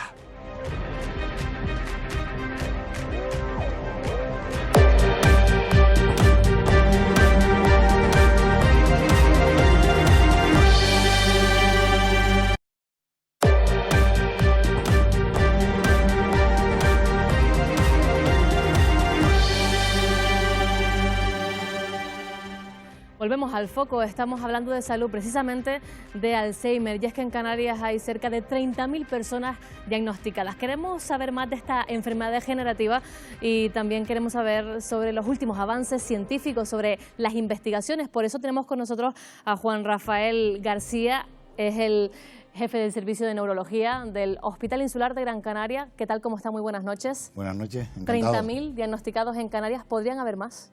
Podría haber más. Realmente hay pacientes que, debido al deterioro cognitivo, pues puede ser que haya un 25% más todavía. Esto hablamos cada vez que hablamos del Alzheimer y también de otras enfermedades como la demencia, hablamos de que es un proceso también de sociedades que cada vez viven más, sociedades más envejecidas. Exacto. ¿Esta es la primera causa del Alzheimer? Bueno, en el año, vamos a ver, en el siglo XX, a principios del siglo XX, la gente vivía hasta 49 años, 50 años. Y nosotros hemos aumentado la expectativa de vida a 87 años. Eso significa un envejecimiento. Y entonces, pues el envejecimiento, o sea, la neurodegeneración, hace que tengamos demencia. Doctor, ¿es lo mismo demencia que Alzheimer? Bueno, la demencia es un proceso neurodegenerativo de tal forma que esa persona tiene una serie de conocimientos, habilidades, etcétera, que poco a poco se van quitando, ¿de acuerdo? Eso es la demencia. Ahora, el Alzheimer es, el síntoma principal es la memoria. O sea, una persona que de momento la memoria reciente la pierde, en ese momento ya empezamos a trastorno de memoria, trastorno del lenguaje, planificación, orientación, raciocinio, y entonces eso se llama Alzheimer. ¿Cuáles son los síntomas de alguien que empieza a sentir o por lo menos a vivir dentro de la enfermedad, el Alzheimer? ¿Cómo se puede ver en el exterior? ¿La familia cómo puede detectarlo? Bueno, en principio, normalmente cuando las personas envejecen, normalmente 60, 65 años, esas personas normalmente tienen quejas, se olvidan de alguna cosa, poco a poco. Pero progresivamente ya vemos que ya tienen un trastorno de memoria reciente, tienen dificultad para denominar, suelen perderse, desorientarse, y eso es el Alzheimer. Doctor, ¿estamos abocados todos a padecer algún tipo de demencia, de Alzheimer, debido al envejecimiento? No sé si tiene algún tipo de componente genético. Hombre, normalmente hay una serie de ¿cómo se llama?, de mutaciones genéticas, pero que un 5%, ¿de acuerdo?, de la proteína amiloide, eso sí puede ocurrir, pero un 5%. Y normalmente suele ocurrir en las diferentes generaciones. Es decir, si nosotros tenemos un padre con una demencia, la madre, y un 50% de hijos que siguen con demencia y siguen con esa demencia, es una mutación genética, ¿de acuerdo? De otra forma, hay casos esporádicos que en cada familia puede haber alguien con demencia, pero no tienen por qué haber un montón de hijos con demencia. Se habla mucho, en los últimos meses además hemos conocido bastantes noticias sobre la investigación relacionada con el Alzheimer. Sí. Uno de los caballos de batalla de la investigación relacionada con esta enfermedad degenerativa es el diagnóstico precoz. Ahora mismo, ¿por dónde está esa investigación? ¿Se puede diagnosticar con suficiente antelación el Alzheimer? Hombre, hace por lo menos 10 o 15 años que realmente nadie sabía lo que era el Alzheimer, lo que era la demencia, etcétera. Pero poco a poco nosotros, los neurólogos, vamos intentando tratar de conseguir aquellos pacientes que tengan deterioro cognitivo. Deterioro cognitivo es aquella persona que puede tener un trastorno de conducta, aquella persona que puede tener trastorno de memoria, etcétera. Y eso tenemos que verlo nosotros en neurología. Muchas veces nosotros nos encontramos que hay personas que tienen trastorno de memoria reciente, pero el lenguaje lo tiene bien, la orientación bien, la planificación bien y las actividades básicas de la vida diaria, instrumentales, las hacen bien. Eso se llama deterioro cognitivo leve tipo amnésico, que es importante, que es la memoria. Entonces nosotros lo que hacemos es que cada 6 meses miramos a ver si realmente progresan hacia Alzheimer o no. Pero, por ejemplo, ¿existen pruebas? Porque se ha hablado de pruebas a los 50 años, a los 45, para saber si somos o estamos predispuestos a padecer Alzheimer. Bueno, en principio nosotros lo que hacemos es, cuando vemos un deterioro cognitivo, nosotros hacemos una analítica de perfil cognitivo, ¿de acuerdo? Una bioquímica, el tiroides, vitamina B12, ácido fólico, etcétera. Y también hacemos una resonancia nuclear. También podemos hacer una SPECT cerebral de perfusión, donde podemos ver si realmente la perfusión cerebral es frontal o temporal. Y eso podemos nosotros verlo. De todas formas, nosotros nos encontramos con pacientes con deterioro cognitivo leve tipo amnésico, con personas de 40, 50 años, y nosotros lo que utilizamos somos biomarcadores. Sí. Biomarcadores son hacer una punción lumbar, ¿de acuerdo?, en la columna, y nosotros cogemos 1 milímetro, 1 milímetro cúbico de beta-amiloide y de proteína tau y tau fosforilada. Si la beta-amiloide disminuye y la tau y tau fosforilada aumenta, es Alzheimer. Doctor, ¿hay algún componente quizás social que pueda llegar a desencadenar padecer Alzheimer? Hombre, sí.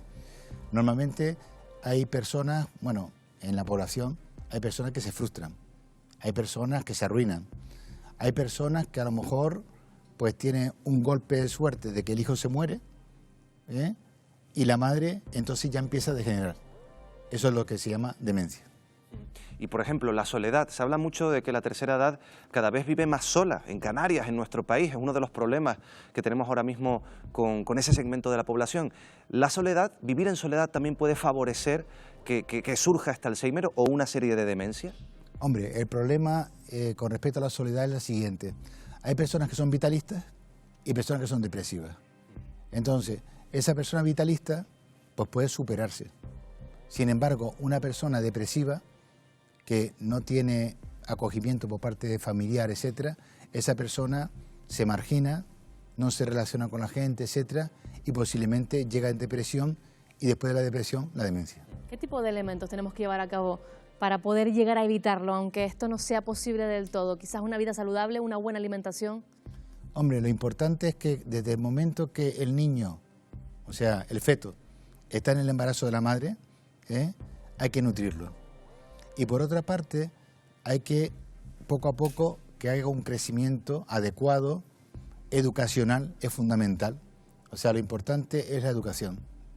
Que yo creo que, con respecto a la educación, tendríamos que hacer muchas cosas. Y la actividad, ¿no? Actividad física, actividad mental, también suelen ser recomendables. Sí. La actividad física es importante, también los factores de riesgo vascular, por ejemplo, la hipertensión controlada, la diabetes controlada, el colesterol controlado, de tal forma que con eso podemos llevar una vida mejor. Y doctor, una cosa, porque se dice que el Alzheimer afecta más a las mujeres que a los hombres. Sí, 2 a 1. O sea, el doble de mujeres que de hombres. Sí, porque normalmente, vamos a ver, el tema de la mujer es una expectativa de vida mayor que el hombre. Sí. El hombre se muere antes y la mujer sobrevive. E incluso también por el tema de las relaciones entre hombre y mujer. De tal forma que la mujer, al sobrevivir, tiene más demencia que el hombre. Doctor Juan Rafael García, director del Servicio de Neurología del Hospital Insular de Gran Canaria. Ha sido un placer tenerla aquí hablando de los últimos avances del Alzheimer. Nosotros tenemos que continuar. Miguel Ángel, seguimos hablando de salud. En este caso vamos a hablar de una droga que anula la voluntad, la burundanga.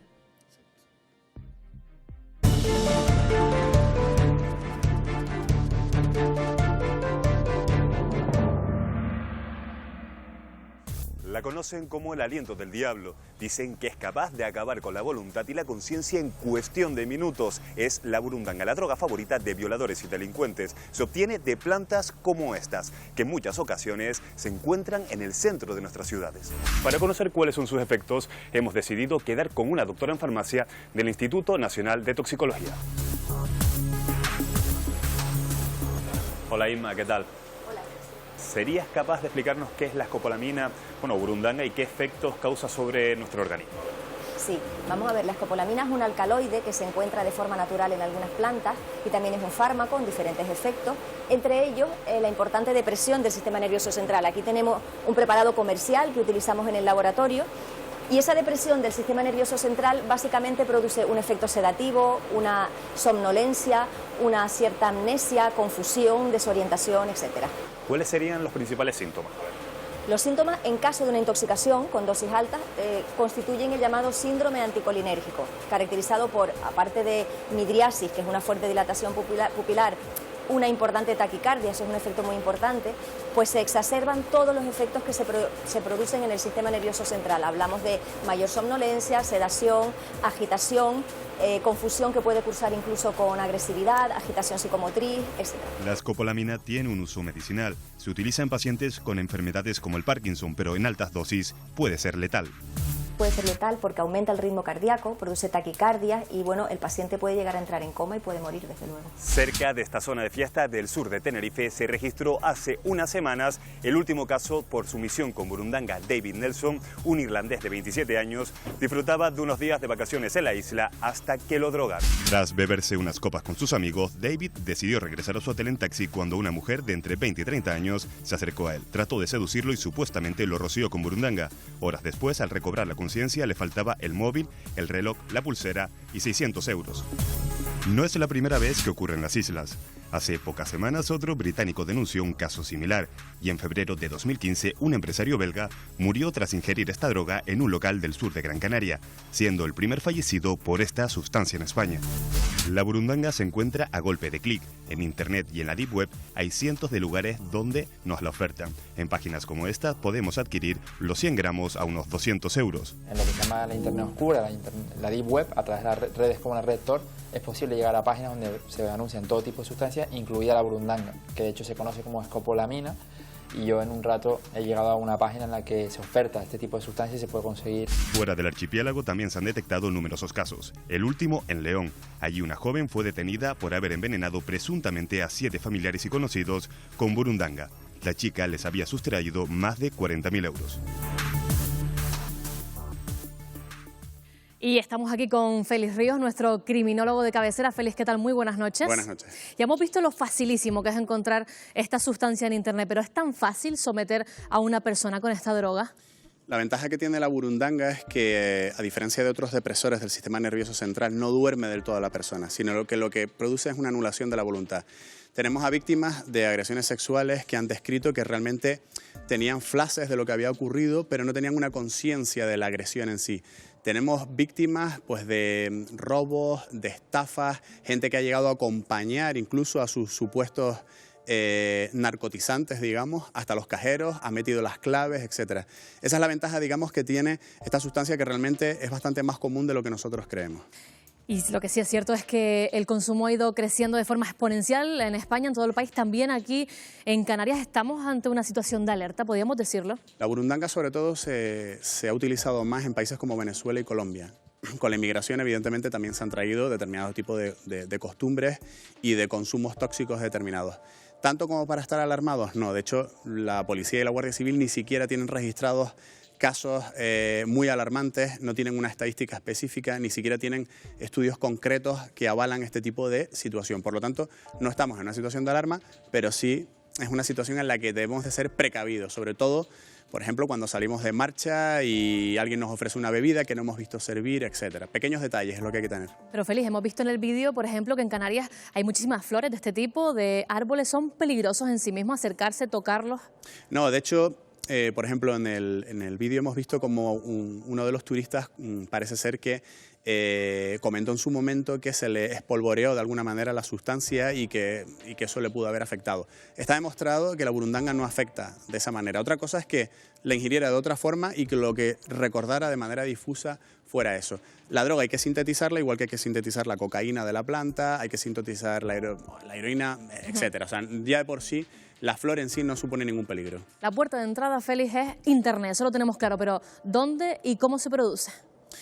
Como ya digo, normalmente existen países donde el consumo, digamos, o la producción de estas plantas es bastante habitual, y si sabemos que, por ejemplo, es normal o es fácil conseguir cocaína, que es una droga de síntesis, pues por supuesto más fácil todavía es, en muchas ocasiones, este tipo de sustancias que no llegan a ser tóxicos, entre comillas, catalogados como la heroína o la cocaína, a través de internet, a través de traficantes, etcétera. Recuerdo un caso en Noruega donde 20 personas creyendo comprar Rohypnol compraron burundanga y acabaron teniendo alucinaciones y tuvieron que ser ingresados todos en el hospital. ¿Cuál es el caso más relevante que se ha producido aquí en Canarias? Uno de los casos más importantes que hemos tenido, te lo voy a explicar, fue una estafa cometida gracias al uso de la burundanga. La suerte fue que al final se pudo desvirtuar, digamos, esta estafa. Un empresario canario dedicado al mundo inmobiliario recibe un día en su despacho a uno de sus socios que le trae un zumo, ¿no? Concretamente este empresario es una persona que no bebe alcohol y es una persona habituada a los zumos naturales. Durante la conversación realiza la ingesta de la bebida sin saber que la burundanga, el tóxico, está dentro del zumo. Durante el resto de la jornada se le dan varios documentos a firmar y uno de los documentos que se le da está montado de una manera fraudulenta. Sin embargo, la víctima está aturdida y llega a firmar ese documento. Sorpresa, 1 año y pico después aparece una demanda judicial donde en base a ese documento falso se le reclama, en este caso a la víctima, 1,5 millones de euros. La suerte fue que a base de una serie de gestiones, de investigaciones, de trabajo policial, se pudo determinar que efectivamente se pudo comprobar que había sido drogado. Pero este no ha sido el único caso, Félix. Conocíamos hace unos días, una joven en León que había drogado no solo a sus conocidos, sino también a sus familiares. ¿Qué mueve a estos delincuentes a drogar a sus víctimas? Ese caso concreto, el de León, estamos hablando de una persona que ya tenía unos problemas psicológicos importantes, una persona además ludópata. Normalmente el uso de la burundanga esconde detrás problemas económicos, esconde detrás problemas psicológicos o una necesidad de socavar la voluntad de la víctima, por ejemplo, para obtener de alguna manera pues retribuciones sexuales, por así decirlo. ¿Cómo podemos detectar que nos han drogado o que tienen intenciones de hacerlo? Es complicado el darte cuenta de que si un día estás, por ejemplo, de marcha, que suele ser lo más habitual, y en la copa te han echado este tipo de sustancias, es complicado detectarlo porque no sabes si puede ser que te has sentado mal la bebida, que estás mal, etc. Normalmente son cambios muy bruscos, muy rápidos. A la primera o a la segunda copa es raro que una persona se venga tan abajo. Y lo que comentaba antes, muy importante, no aceptar copas de personas que no conocemos e intentar que las copas se sirvan siempre delante nuestra. Eso es fundamental, siempre tener presente que tenemos que estar vigilantes, sobre todo en los locales de copa. Félix Ríos, criminólogo, muchísimas gracias por haber estado aquí una semana más en El Foco. Nosotros tenemos que despedirnos, pero les prometemos, por supuesto, que volveremos la próxima semana para muchísimo más análisis. Miguel Ángel. Pues claro que sí, ya lo saben, volvemos el próximo jueves en El Foco con más temas y con más actualidad. Muy buenas noches.